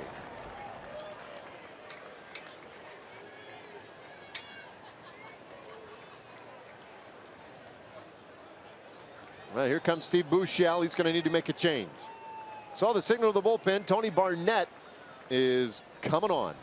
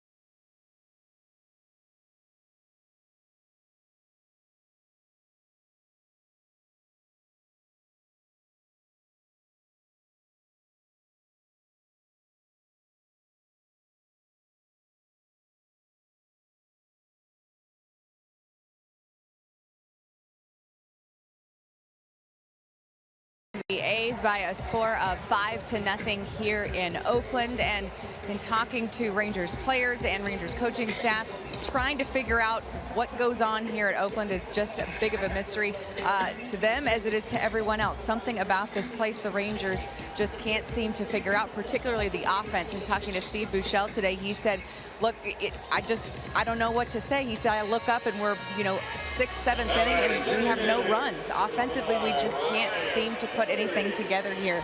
And he said, your guess is as good as mine. It's nothing in particular about this ballpark, but the way this A's team plays us, not just this season, but the last several here in Oakland, is something that has stymied them as a staff and as a team. It's been frustrating. There's no question about that. It's one of those ones that is pretty difficult to explain too. It's one thing when you run into a buzzsaw of really great starting pitching or a lineup that just beats you up, whatever it may be. This is a team certainly that you feel like the Rangers should be able to handle pretty well, at least be pretty competitive. But in this ballpark, it hasn't quite worked out that way. Strike to Healy, and it's 1-1. 2 out here in the 5th inning. Nobody on base. 5 runs scored already. Team Perez was great through the first 4 innings. I say great. He had some command issues early, but he given up just 1 hit. 5 hits this inning, including a big 2-run homer by Chris Davis. So Tony Barnett is on.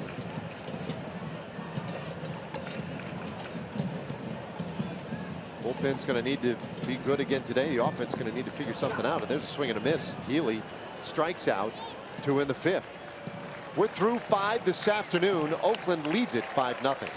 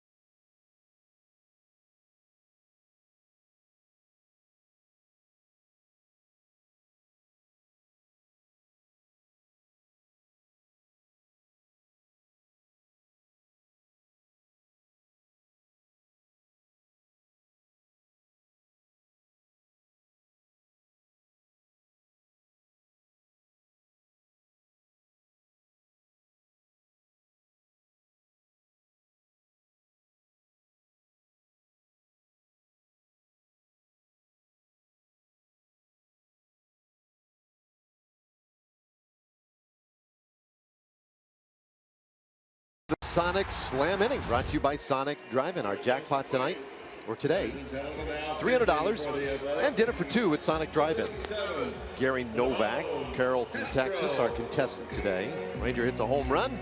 Well, Gary gets $300. If they hit a grand slam, Gary will win $25,000 as well. So good luck, Gary. We're rooting for you. Rangers offense that has put up 1 run so far in this series. It has been pretty tough sledding here in Oakland. Simon Castro is a new pitcher for the A's. And you take a look at the numbers there for Castro on the season. Game number 23 for him. Fastball sits at 94 miles an hour. He's got a slider that sits at 84 and a changeup at 89. Surprisingly good outing for Jarrell Cotton, and we say that just because of the struggles that he had coming into this one, but he was very, very good here against the Rangers. Something that I saw go across my Twitter feed that I did not pick up on watching the game. So the first 3 pitches that he threw to Joey Gallo in that last inning, 92, 88, 92. Okay. from that moment on, 10 straight changeups. Oh, 10 straight. To strike out 3 Well, they guys. were, yeah, his changeup was pretty tough. It was today. really good today, but I didn't realize that he had thrown 10 straight. And now, you know, you could see it to Odor. Makes sense, righty on lefty, but to do that to Robinson Chirinos too in the middle there. That right on right changeup and show nothing else in that at bat. That's pretty impressive. But you're right, he had a good one going today. Well, Robinson sends this one out to center field, but Smolinski able to run into it. One away. Well, it was one of those outings today where he was very good, and you wonder, like, well, geez, Number 3. through 5 innings, he'd given up the one walk, the one hit. Why is he out of the game? And part of that, Jarrell Cotton was scheduled to make a start on September 18th in Detroit, and as he was warming up, he hurt his right groin and was scratching that start at the last second. And so they're just being a little cautious with him today. And of course, with the 5-0 lead, able to go to their bullpen. Castro working now to the top of the order. Delano DeShields 0 for 2. I think between that, of course, obviously you want to be smart, and then the struggles leading up to that start in which he didn't end up not making. Kind of put those two things together. Well, that looks like vinyl to me. False advertising. 2-0 from Castro. Ground ball up the middle. That's a base hit. So DeShields aboard. Rangers have a base runner. Now our TXU Energy power player to watch. Now batting. Chu 17, showing us some Shin power Soo Choo. on this road trip. 3 home runs now. Of course, the previous 23 games he had hit just 3 home runs. And he hit on this road trip, he hit 1 home run at each stop. 1 in Anaheim, 1 in Seattle, 1 here. His home run here was Friday night. That's the only run that the Rangers have scored in this series. Castro gets to chase a high fastball for strike 1. I mean, that's the part that's really been such a shock here. Think about what we 23 innings in, 23 plus, 23 and a third. 1 run so far here for the Rangers. This high-powered offense.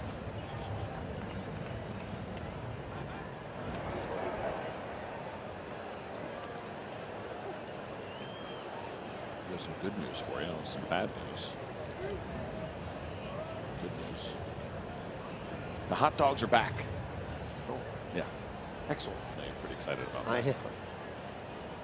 I like you to be well fed. It's important. I'm going to actually try to resist that temptation this afternoon.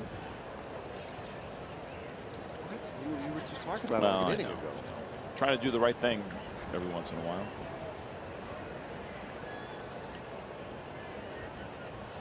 One strike pitch, and that one is in. 1-1 to Chu, who was grounded out and flied out today. Rangers have had 3 base runners today. One of them right now at first base into Shields, who has 29 stolen bases. I'd like to see Delano get to 30 before it's all said and done. Fouled back, count 1-2 on Chu. 29 steals. He's been caught 8 times.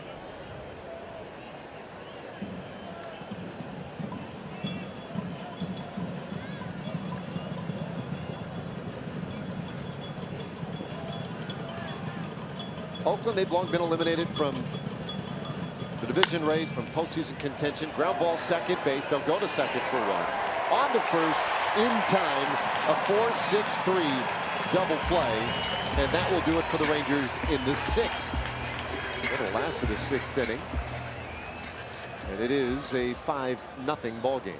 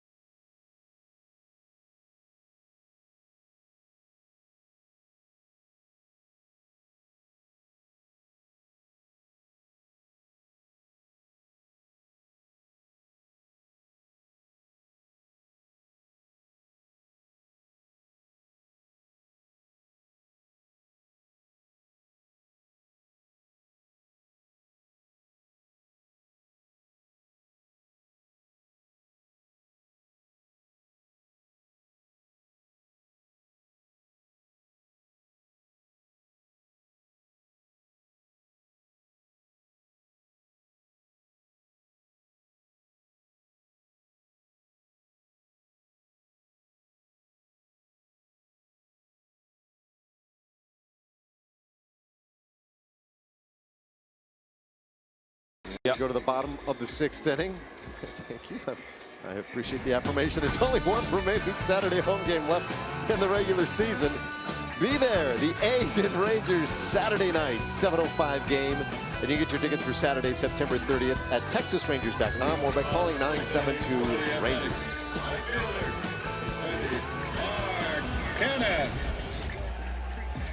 All right, here we go. Mark Canha, Josh Phegley, and Jake Smolinski. And Tony Barnett came in. He struck out Ryan Healy in the 5th inning. Chance to get a little more work in this afternoon. Big swing and a miss is Canha. That was weird. It was like he was way out in front of that thing, but it was 92 miles per hour. That's a situation more often than not where you're sitting fastball looking for one early. Going hacking, but you're right. He did look a little bit ahead of that. You know, Tony's got a little bit of a pause right in his delivery. The Japanese influence. Yeah. A lot of those type of deliveries over there. Tony, of course, spent 6 seasons playing in Japan. Yeah. Turned himself into a closer in Japan where he had great success. This ball hit well out to left field, drops in, and then skips past Mazzara into the fence. Canha to second, and he will stop there. I knew that was going to be a tough play for Nomar Mazzara, who looked like he got caught in between, and whether or not he wanted to try to catch this, but this ball was hit hard, had a little bit more carry on it, and he probably was anticipating. You get a good look at it here from the left fielder Mazzara. He thought he was just going to come around and catch that base hit, but the ball scooted past him. It should be a base hit and an error. What do they call it, triple here? Yeah, base hit, E7. You're just getting sour. You need a sweet. I do. This popcorn's not getting it done. No. You need to get a hot dog. You're not you no. when you're hungry. Josh Phegley, a walk and a base hit. He has scored a run. It was a 5-run 5th inning for Oakland.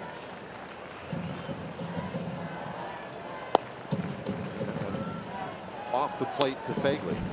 The bottom of the order has been big this afternoon for Oakland. Canha, Phegley, and Smolinski, they've combined for 4 of the 7 hits today. And scored 2 of the 5 runs. But in, it is 2-0.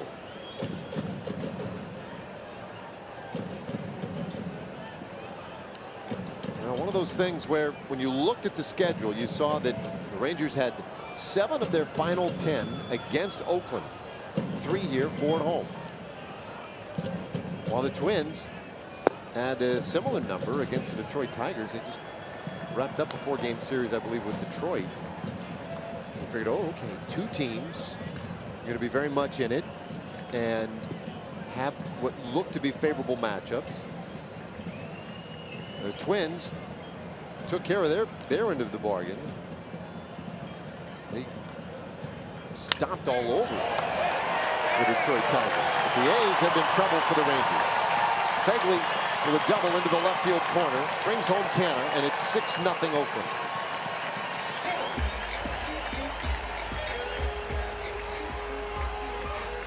You just talked about the bottom of the order and how well these guys are doing right now in the afternoon that they are having, and Phegley jumping in as well with this double. Gets a pitch middle in. So he can get to the barrel too. Does a nice job keeping those hands inside. You see it right there.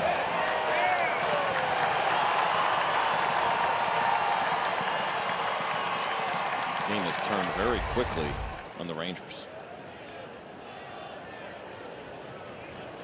So, man at second, nobody out. Smolinski goes after the first pitch, pops it up.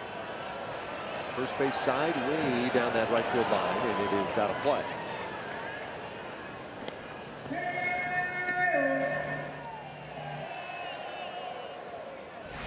A's team that has really played well here at home lately. You talk about a turnaround in fortunes in your own home ballpark. This team has been as not a dramatic a turnaround at home maybe as any team in big league baseball this year. They knew it might be a long year for them, and it did not start out well. You look at prior to Independence Day, they were 22-21 at home. You like to be a little bit better than that. Since July 4th, though, they have gone on a tear, 22-12 here at home in the last 12 games. 10-2. Played good baseball here. We mentioned some of the power that we have seen. That has played well in this ballpark. Bouncer third base. Robinson's long throw pulls Gallo off the bag, but he's able to get the tag on Smolinski. We've seen a lot of that lately. And we certainly have, and every time we see it, you always get a little bit concerned for the first baseman. In this case, Joey Gallo.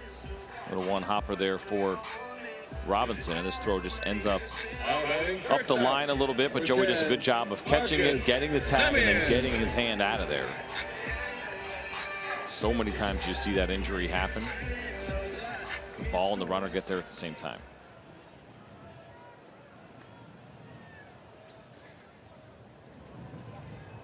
So one out. Fegley at second, unable to advance on the play. Now to the top of the order. Here's Marcus Semien, who's 0 for 3.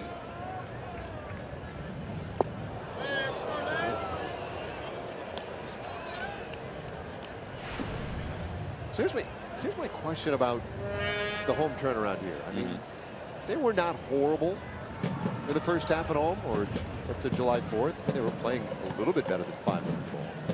Now they have since, made dramatic improvements on that. But when you look at it compared to what they have done on the road, at the bottom of this graphic, you'll see 14-23 on the road since July 4th. I mean, is this the type of ballpark that offers that kind of home field advantage? It's not Coors Field. No, definitely not. I don't think it's anything to do with what's happening, on the field. When you see what has happened on the road, they just had a bad run. You pick out sections of the season, you're going to see these kinds of things. Now, that's up to Bob Melvin to decide, or he has to sit there and look at what has happened. It's okay, is there anything these guys are doing? They're not coming prepared, having too much fun on the road, right? A young team, whatever it may be. And I doubt that is the case. So I just realized they were wearing their Atleticos jerseys today. Did you pick up on that? I did not. It's a Hispanic Appreciation Day or Heritage Appreciation Day. Very subtle. You got to look close. That's cool. I like those. I like when they do those jerseys. Because I was looking at Bob Melvin as we were showing. What's that O on there? Oh, okay, yeah. Nice. It's really cool how similar it looks. Yeah. To the regular logo. 1-2 pitch. 2-2. Well, a lot of times with those, when you have those nights, it usually says like the Mets, right? It says like Los Mets. Right. But they just went with Atletico, so it's very little change. But yeah, that's cool. How do we miss that for the first 6.5 innings or 5.5 innings? What were we doing? Talking about hot dogs. 2-2. This ball turned on and ripped foul. Somebody got out in front of that one just a little bit. Yeah, for Tony Barnett right now, that breaking ball is hung up and in. It was the same pitch that he threw to Semien to start off this at bat, and you see him try to get in to that ball. And they were trying to go down and away, and that thing finished up and in. There's the curveball from Tony Barnett. One out. Fegley at second base. A run already in this inning. Tie. Full count now on Semien.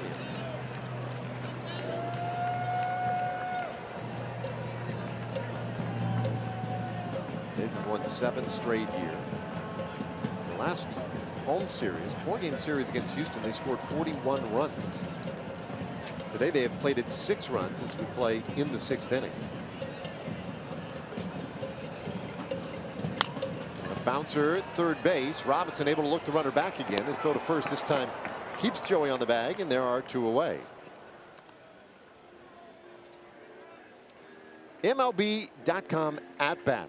It is your #1 mobile app for live Rangers baseball. You can stay connected with a fully customizable experience. Third baseman. Get Rangers home screen icons and app features, as well as game day, live game video highlights, radio broadcasts, StatCast, news, and more. Download MLB.com at bat today. What is going on out there? Dennis Eckersley's getting his groove on. Raleigh Fingers not into it so much. That's not his jam. And Ricky's just looking around and seeing if anybody lost their cell phone. Heck is pumped up.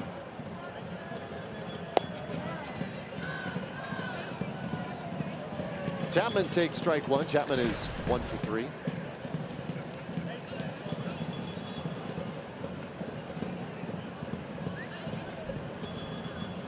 Talked earlier about the tough stretch that this guy has been on. But then he's the guy who started the big rally in the 5th inning.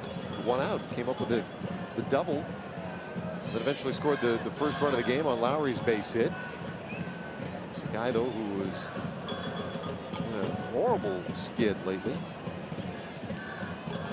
Happened certainly. He was 3 for 34, 3 for 36 before that double. Takes one outside. It's 1-2. The A's have already assured themselves of a losing season this year. 71 wins, 83 losses. They will finish the season with 4 games in Arlington, at Globe Life Park. We've got Seattle coming in here tomorrow night. Bob Melvin in his 6th year of a 7-year deal as manager here in Oakland.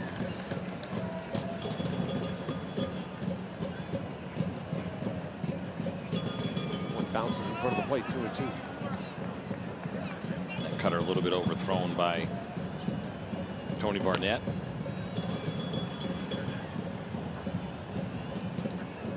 Next year will be the 50th anniversary of Oakland coming out west. Came out here in 1968. They had a cool fan appreciation day today. So they were doing in the outfield. They had the outfield blocked off, but basically at the track. Season ticket holders were allowed to hang out in the outfield. There was no batting practice today on the field. We got to hang out there and take some pictures of players. Yeah, I like that. It's a cool idea. They were out here early today, lined up outside to get in, but then had plenty of time to hang out there and meet the guys, go a little up close and personal, which is always kind of fun. I think the guys enjoy it too.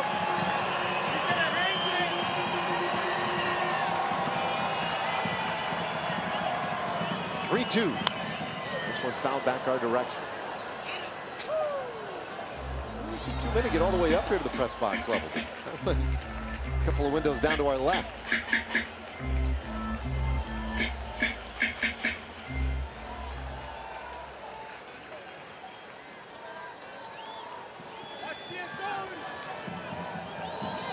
Tony gave up a base hit and a double to start the inning. Has gotten 2 ground balls to third. Payoff to Chapman. This ball hit well out to left field. Mazzara going back. It's over his head and up against the wall. Fegley is in. RBI double for Chapman, and suddenly he's having a good day. 2 for 4. The A's extending their lead to 7-0. Yeah, 3 RBIs on the afternoon as well here for, or excuse me, 2 RBIs for Chapman. It's another good swing, though, and you watch him here get to this pitch. It ends up away, and Tony was trying to go in, but he got great backspin on the ball. You see that swing? As much as we talk about kind of fly ball revolution and getting the ball in there, he is actually hitting down on that ball. The swing goes down. He's maybe level at point of contact, but he generated great backspin on that pitch. Well, that's it for Tony Barnett. Ricky Rodriguez coming on. 7-0 in the 6th.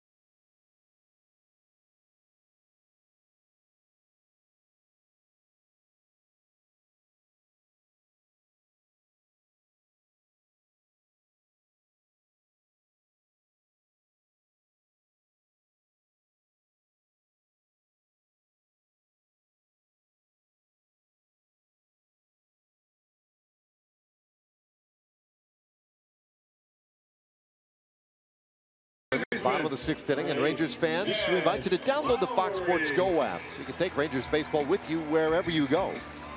So if you can't catch the games on TV, no worries. You can still stream them live on your mobile device with the Fox Sports Go app, presented by AT&T and Hyundai. Ricky Rodriguez now on here for the Rangers. There is that forward pitch arsenal for him: the fastball, slider, and very occasional curveball. Well, 2 outs in the inning. His job is to take care of Jed Lowry. 2 runs across.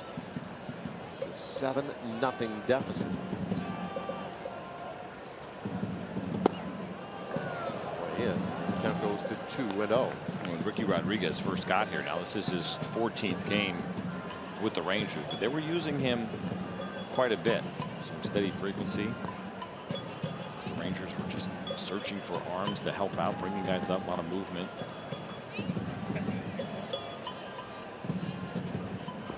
Last few haven't gone as great for Ricky. 9 earned runs allowed on the season in his 10 2/3 innings.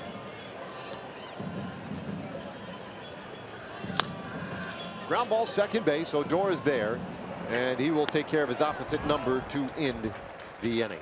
2 runs across, though, for the A's. They lead at 7-0.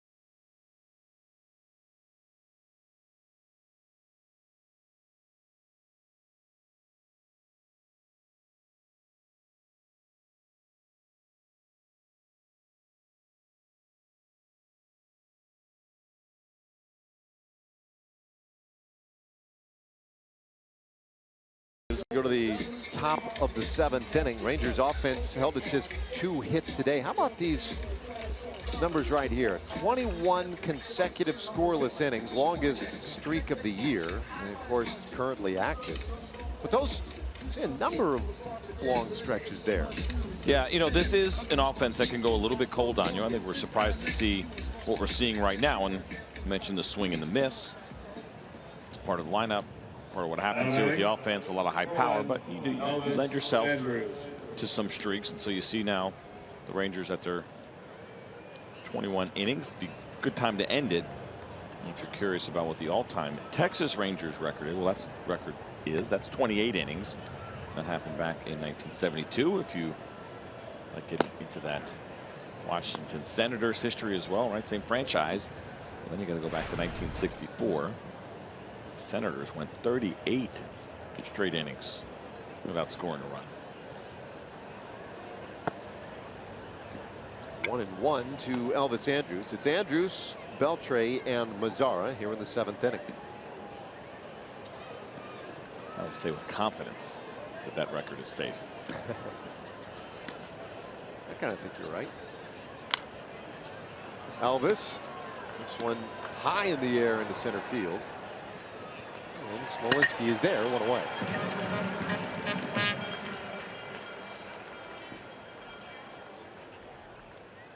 We'll bring up Beltre, who is flied out to center field his previous 2 times in. He and Tom Hallion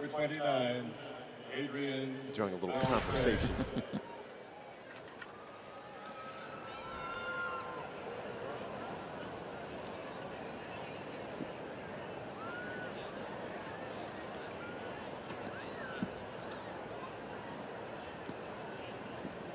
So as part of that scoreless streak for the Rangers yesterday, shut out and did not have a whole lot going offensively, just 4 hits for the game. We've alluded to it, hinted at the Beltre at bat in the 9th inning yesterday. And here it was.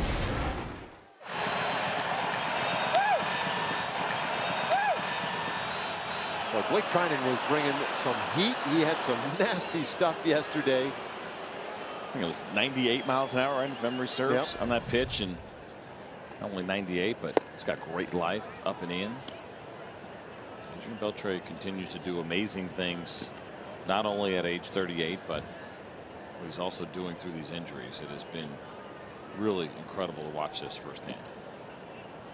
And people ask me when I first came over here in the offseason, what are you looking forward to most? I think Emily and I even had that conversation in a little interview we did in spring training. And I said, I'm looking forward to watching Adrian Beltre every day firsthand. You watch guys from a distance, but you can never get a true appreciation for what they do. And I'll tell you that my appreciation for Adrian Beltre has, I don't know, I'd say more than tripled watching what he has done in person. Well, that bat wasn't a very good one. So we'll get rid of it. Adrian gets a new one. 2-2 the count.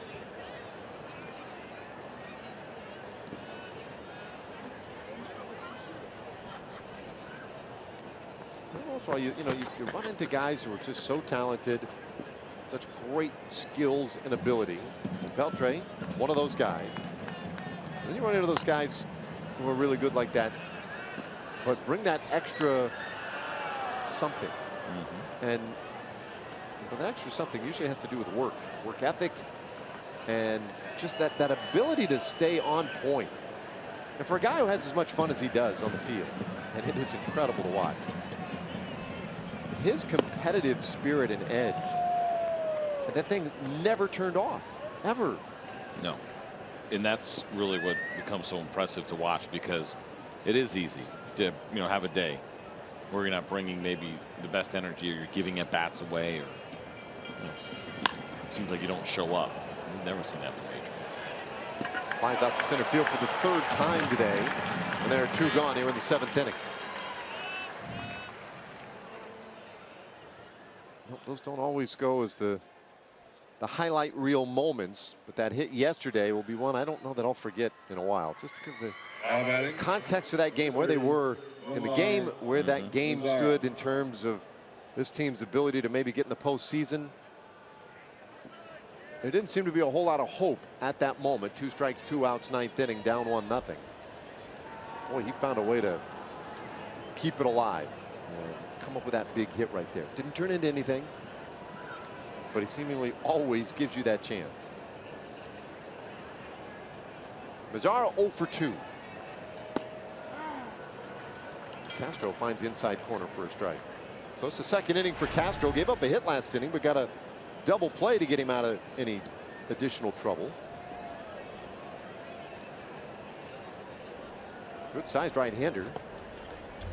A different looking delivery. 1-1 to count now.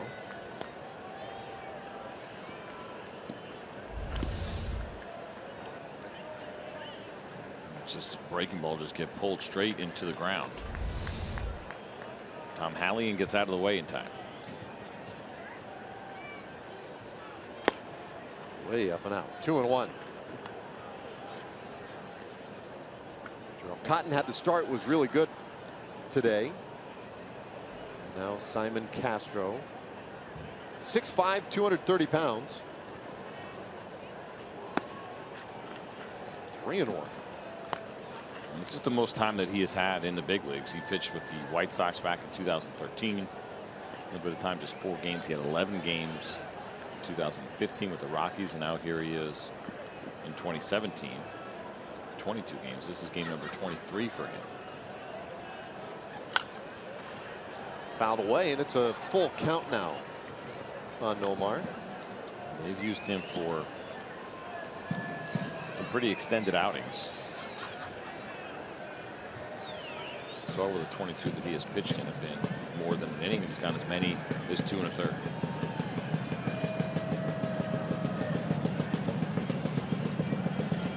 comes a 3-2. And Mazara shoots this one out towards center, slicing away, carrying well, and that one is gone. Mazara with a home run, his 20th of the year. And so the Rangers will not be shut out today. Nomar with the 20 home runs. That's a good round number for him.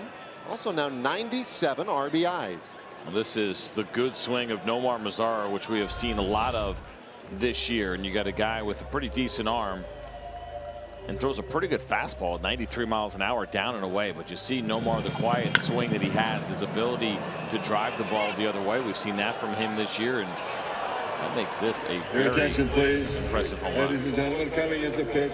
Well, that'll do it for Castro. He'll come out of the ball game. A's go into their bullpen. It's a 7-1 game.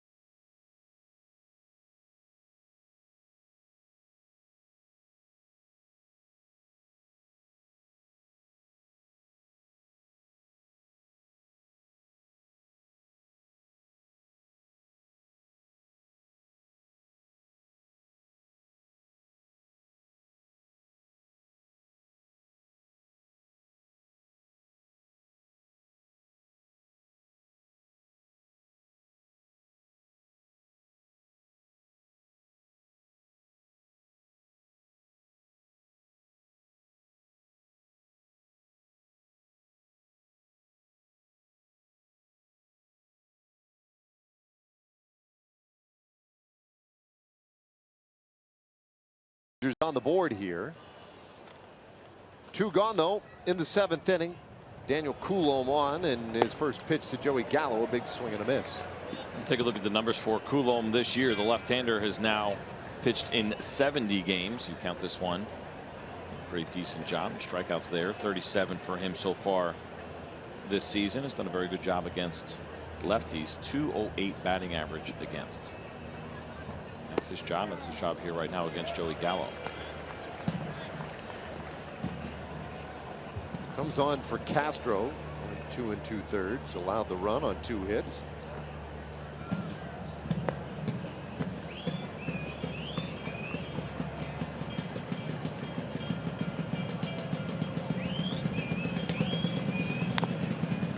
Gallo stays alive at 0-2.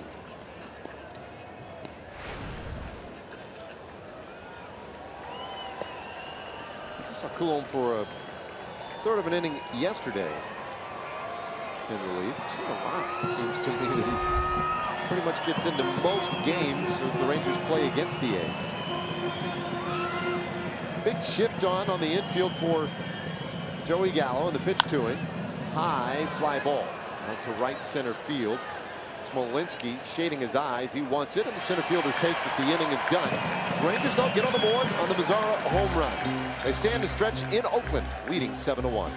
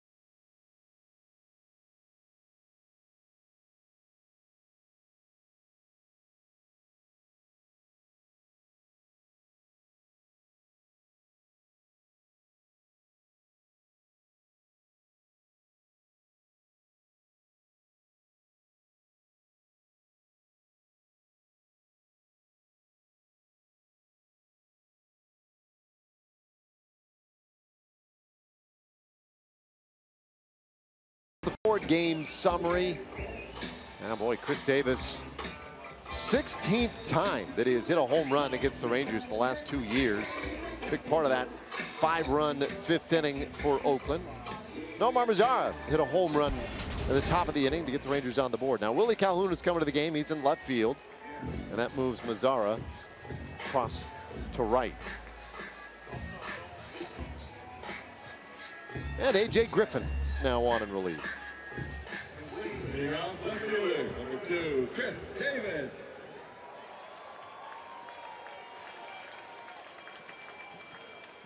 So AJ now pitching in his second ever relief appearance. It's true, like the last time he pitched here for the Rangers was in relief. Here's the forward pitch arsenal for AJ. 53% fastball. It's a really good curveball that averages, you see it there, 66 miles an hour. And right on cue, he throws one at 66 miles per hour.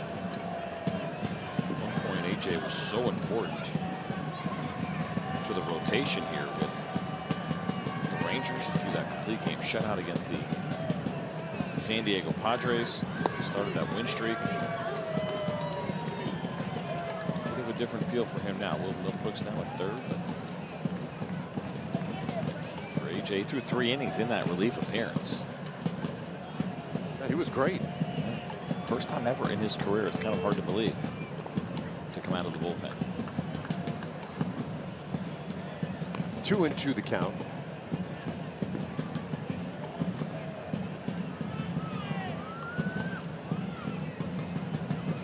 He gets Davis, Olsen, and Healy. Ground ball, shortstop. Elvis Andrus right there. 1 away. All right, time for a Chevy game break. Let's check in with Rick Renner.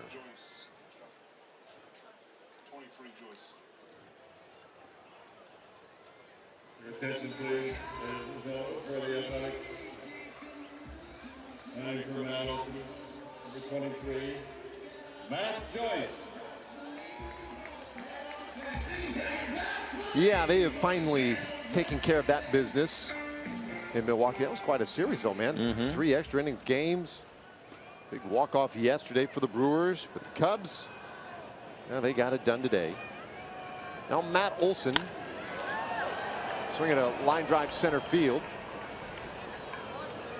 And that is out number 2. That was not Matt Olson, that was Joyce. Matt Joyce hitting for Olson. Anyway, 2 away. There are your central standings in the National League. So Cubs in pretty good shape. Yeah, they're looking pretty good right now, and I think it was just a matter of time. The Brewers were making it interesting. The Cardinals were trying to as well. The Cubs almost seemed like they just kind of had to get their act together there for a little bit. And they seem like they have. It's a good roster. On paper, some people felt like maybe it was a better roster going into this season than last year's, but got to go out and win games. And I think it's probably fair to say that they were dealing with a little bit of that World Series hangover. Off to a slow start, but they have since gotten it together. Ground ball, third base, Middlebrooks right there. And A.J. Griffin offers a quick 1-2-3. Bottom of the 7th inning. Sweet lettuce looking sharp.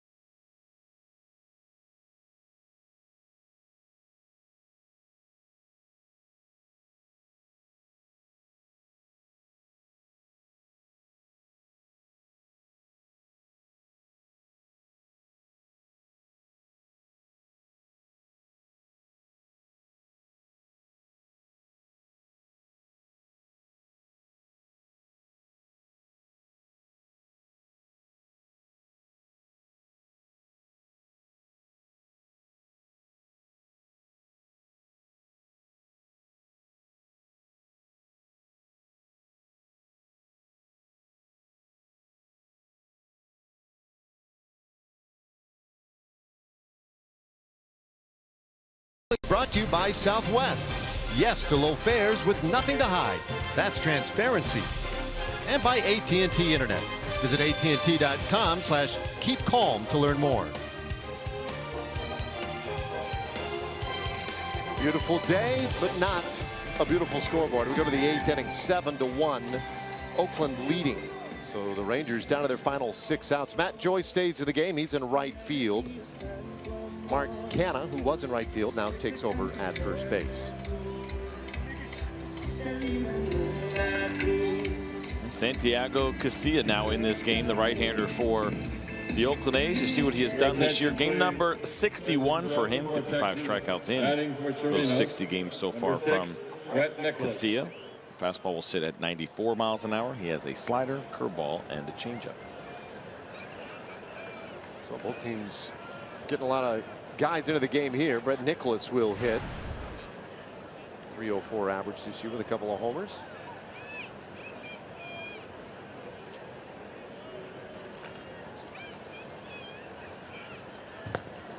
See his first pitch. Boy, that one a little bit of trouble for Fagley. Boxed it. Want to know the count. See, 36 years old now. Actually 37. Celebrated a birthday in July.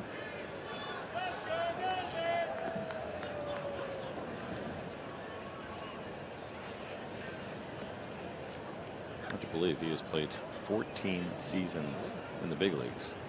He has never left this area. Started out here in Oakland for the first 6 years of his big league career. Those first 3, only pitching a couple of games each year. So it's been 14 different seasons in which he's played. And this season will have just over 10 years of service time. He's done the Oakland, San Francisco, and now back to Oakland thing here at 37 years old. He's 6th all time on the Giants saves list. They've been playing baseball, the Giants, for a long time. Back to New York. It wasn't like he was their full-time closer for the 7 years that he was there. Had a year in which he closed, which I always thought was an interesting one. Had a really nice year for them in 2012 when he saved 25 games. Had a really nice ERA, 2.84. The next year, he was not the closer. Had another really nice year, 2.16. Then he went back into that closer role again. So yeah, the way that he has gotten there, kind of interesting. Ball and 2 strikes to Nicholas, pitch hitting. Pops this one down the third base line, and Davis into foul ground out there. He'll make the catch, 1 away. You know, we always talk about little oddities that we see. You know, baseball stats are just kind of cool, right? There's so many different things to look at, different ways to go. This one sticks out for me with Casilla. The 3 previous seasons leading into this one, 14, 15, and 16. 58 in the 3rd innings, 58 innings, 58 innings. I mean, that is some kind of consistent work. Now, the games have changed as far as how many, but to go basically 3 years in a row where he's thrown 58 innings, with the exception of 58 in the 3rd. He's at 56 right now. Pitch him 2 more times, an inning apiece, and shut him down. You almost have to. I would. If I was managing this team, that's the kind of stupid decision I would make, for sure. Dora looks a little uncomfortable after swinging at that pitch. Takes a little walk around the batter's box. He's been playing on a banged up ankle quite a little while now. Just a couple of weeks ago, he got tangled up down the right field line at Globe Life Park with Nomar Mazara on a pop-up down the line.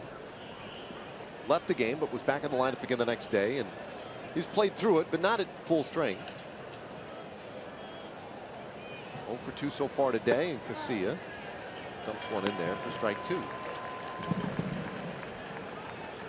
Rangers' 1 run was on the Mazara homer last inning. 1 run, 3 hits, 1 error for the Rangers. 7 runs, 9 hits, and no errors for the A's.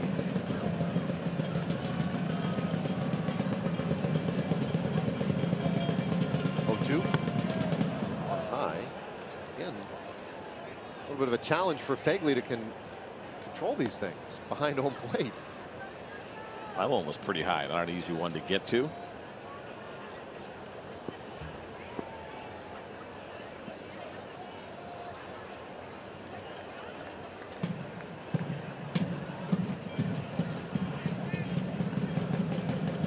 Infield back. Odor waits. And this one smacked on the ground. Second base. Jed Lowry is there, and there are 2 gone.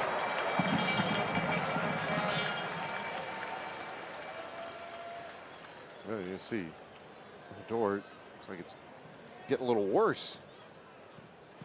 That limp more pronounced this afternoon.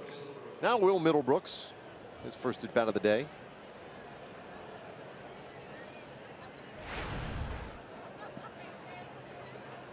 We mentioned the Ricky Henderson story earlier today, return of the cell phones. Next year will be the 50th anniversary of the A's being here in Oakland. What this? You know, they're known for partly for their fans and the drums. Crazy George, I think, was the original guy out here many years. He was nuts. The noise that he would make. This one off the end of the bat, first base side, and it just does squib foul. That must be why they called him Crazy George. Probably. I mean, it probably had a little something to do with it. But this, there was a hot dog vendor here. Now this goes back many years. Tom Hanks was a hot dog vendor. Oh, really? Kid here.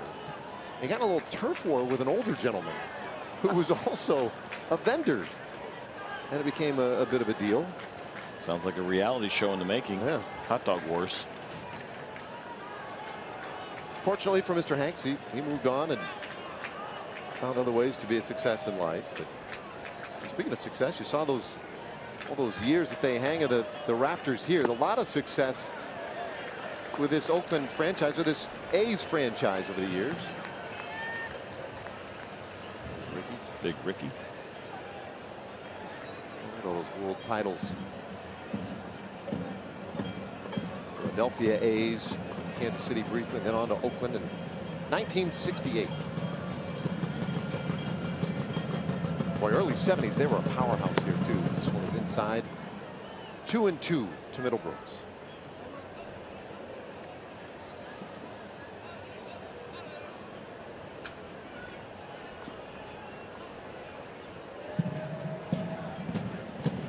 I think MC Hammer got his start here, right? It's like a bat boy, and he was like a clubhouse attendant. Really? So yeah, I didn't know that. Charlie Finley, again, talking about crazy, the owner here, who was well known for his ingenuity, creativity. Just to see him dancing, MC Hammer, liked his energy and stuff, started talking to him, made him an employee. I like your energy. And he became kind of the eyes and ears of Charlie Finley as the stories go. Oh. Yeah. So Clubhouse spy. Yeah, that created some tensions a little later on. It's Middlebrooks strikes out swinging. It's a 1-2-3, top of the 8th. 7-1 Oakland. Hey fans, we're in section 1.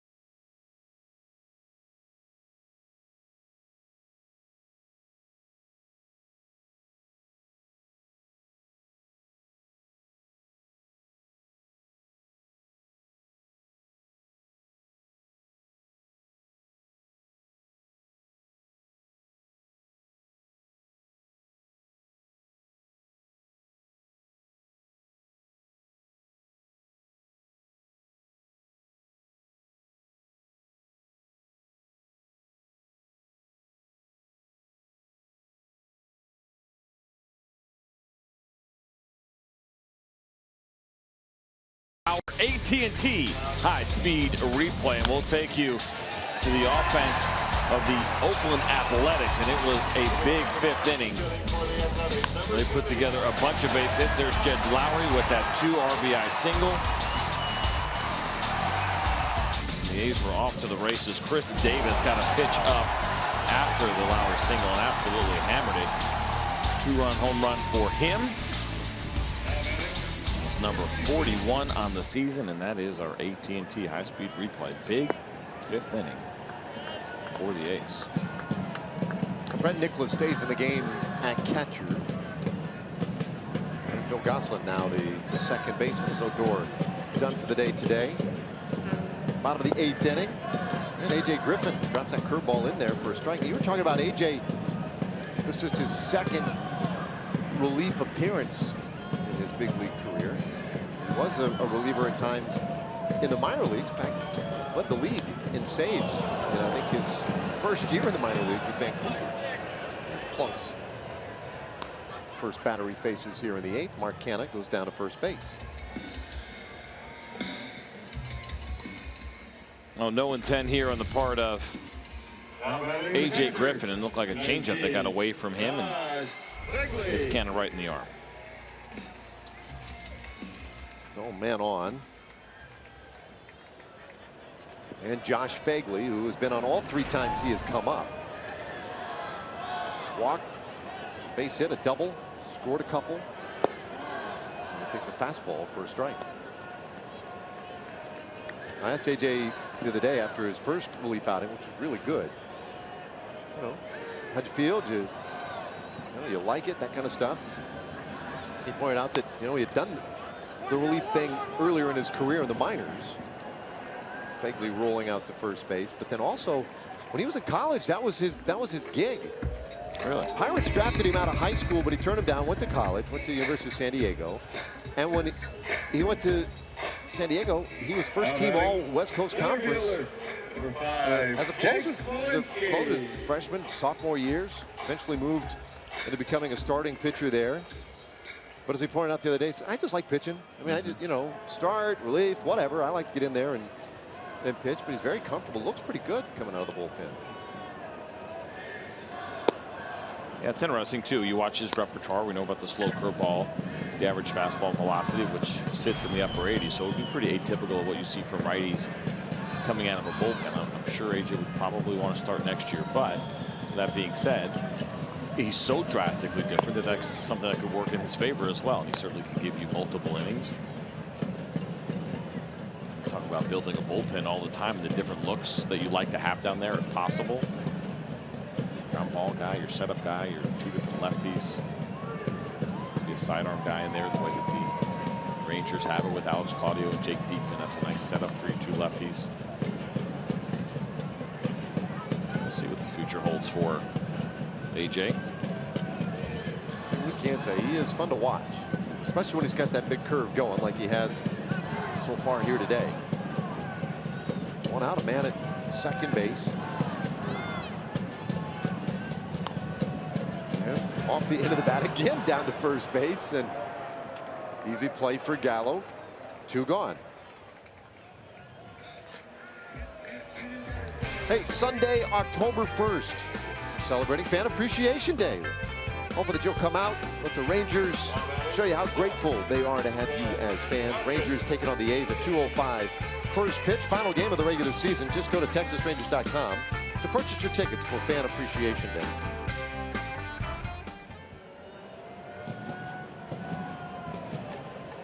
I wonder if AJ can get the trifecta.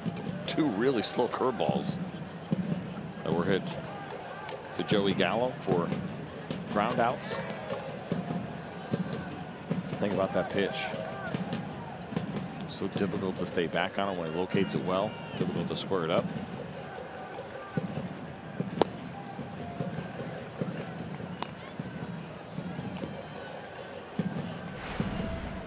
On the 2 ground outs, Canha, who was hit by the pitch, was able to move a base each time, so he's 90 feet away now. Semien hitless today, 0 for 4. He hits this ball sharply by third into left field. That will add to the A's lead.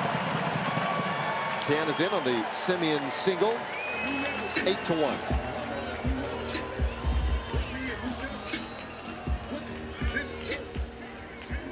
Yeah, hard hit ball here by Marcus Semien, a ball that is down. Now batting. And you see Third baseman. the dive there from Will Middlebrooks, but can't get to it.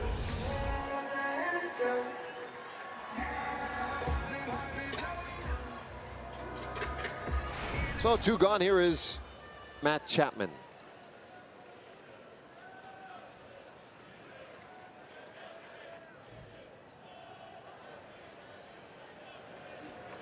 Chapman's had a couple of hits today. Bounce back nice. His breaking ball bounces away from Nicholas. And Semien will scoot forward to second base. A wild pitch.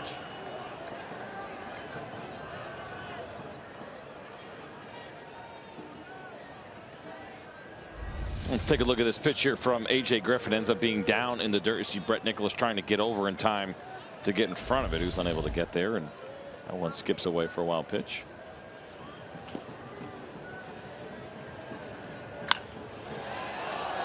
A liner to third, and this time right there to Middlebrooks, and the inning is done. So the hardest hit ball of the inning goes for an out, and we'll go to the ninth. Last chance for the Rangers coming up. Ladies and gentlemen, here are more.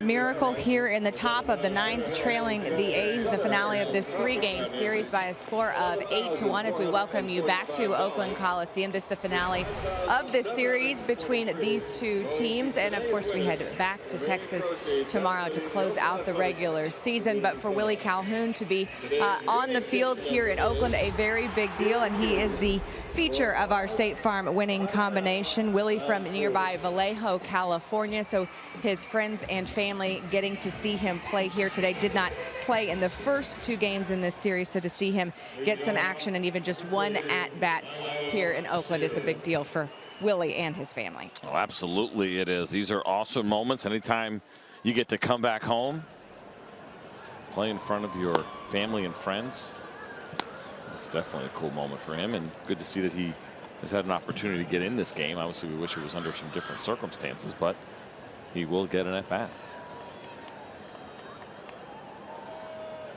Liam Hendricks is on the pitch here in the 9th inning. And he goes 1-1 to the Shields. And here are the numbers for Hendricks this year. 75 strikeouts to 23 walks. He's certainly done a nice job in that regard. 95-mile-an-hour fastball. He's got the slider, the curveball, and the changeup. Misses with that one. It's 2-1. Now Rangers down by 7 in the 9th inning.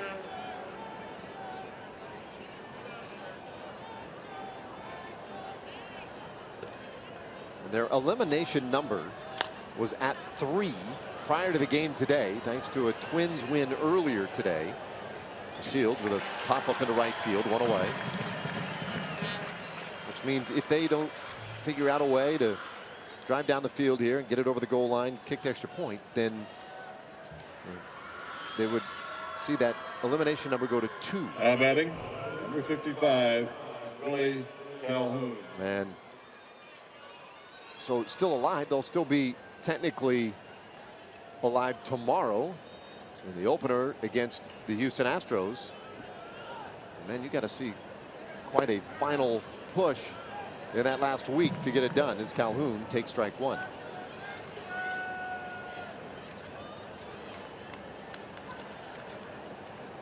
Steve Buechele managing the team today and yesterday.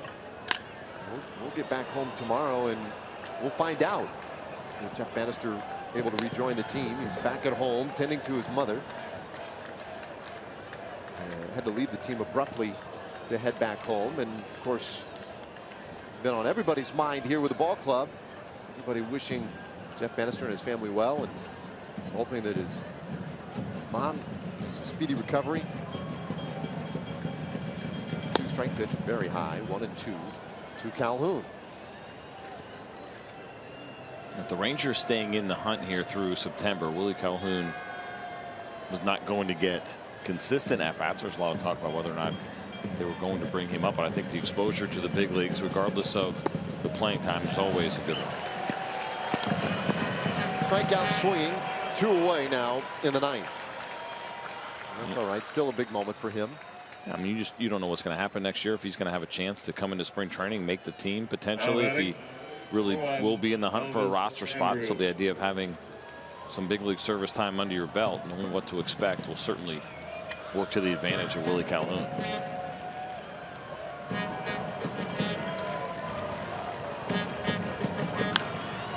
Andrews swings to the first pitch, hits it well, but out to center field, and that will do it. A 1-2-3 9th inning. Rangers swept in Oakland 8-1. Our final score here this afternoon. A disappointing series for sure here for the Rangers. Maybe the biggest surprise is what happened to the offense. The 2 solo home runs. That is all we saw as far as the offensive output. One by Nomar Mazara, one from Shin-Soo Choo, and certainly things now getting much more difficult for the Rangers as they head back home. A very disappointing series here in Oakland, and going to make for a long flight home tonight.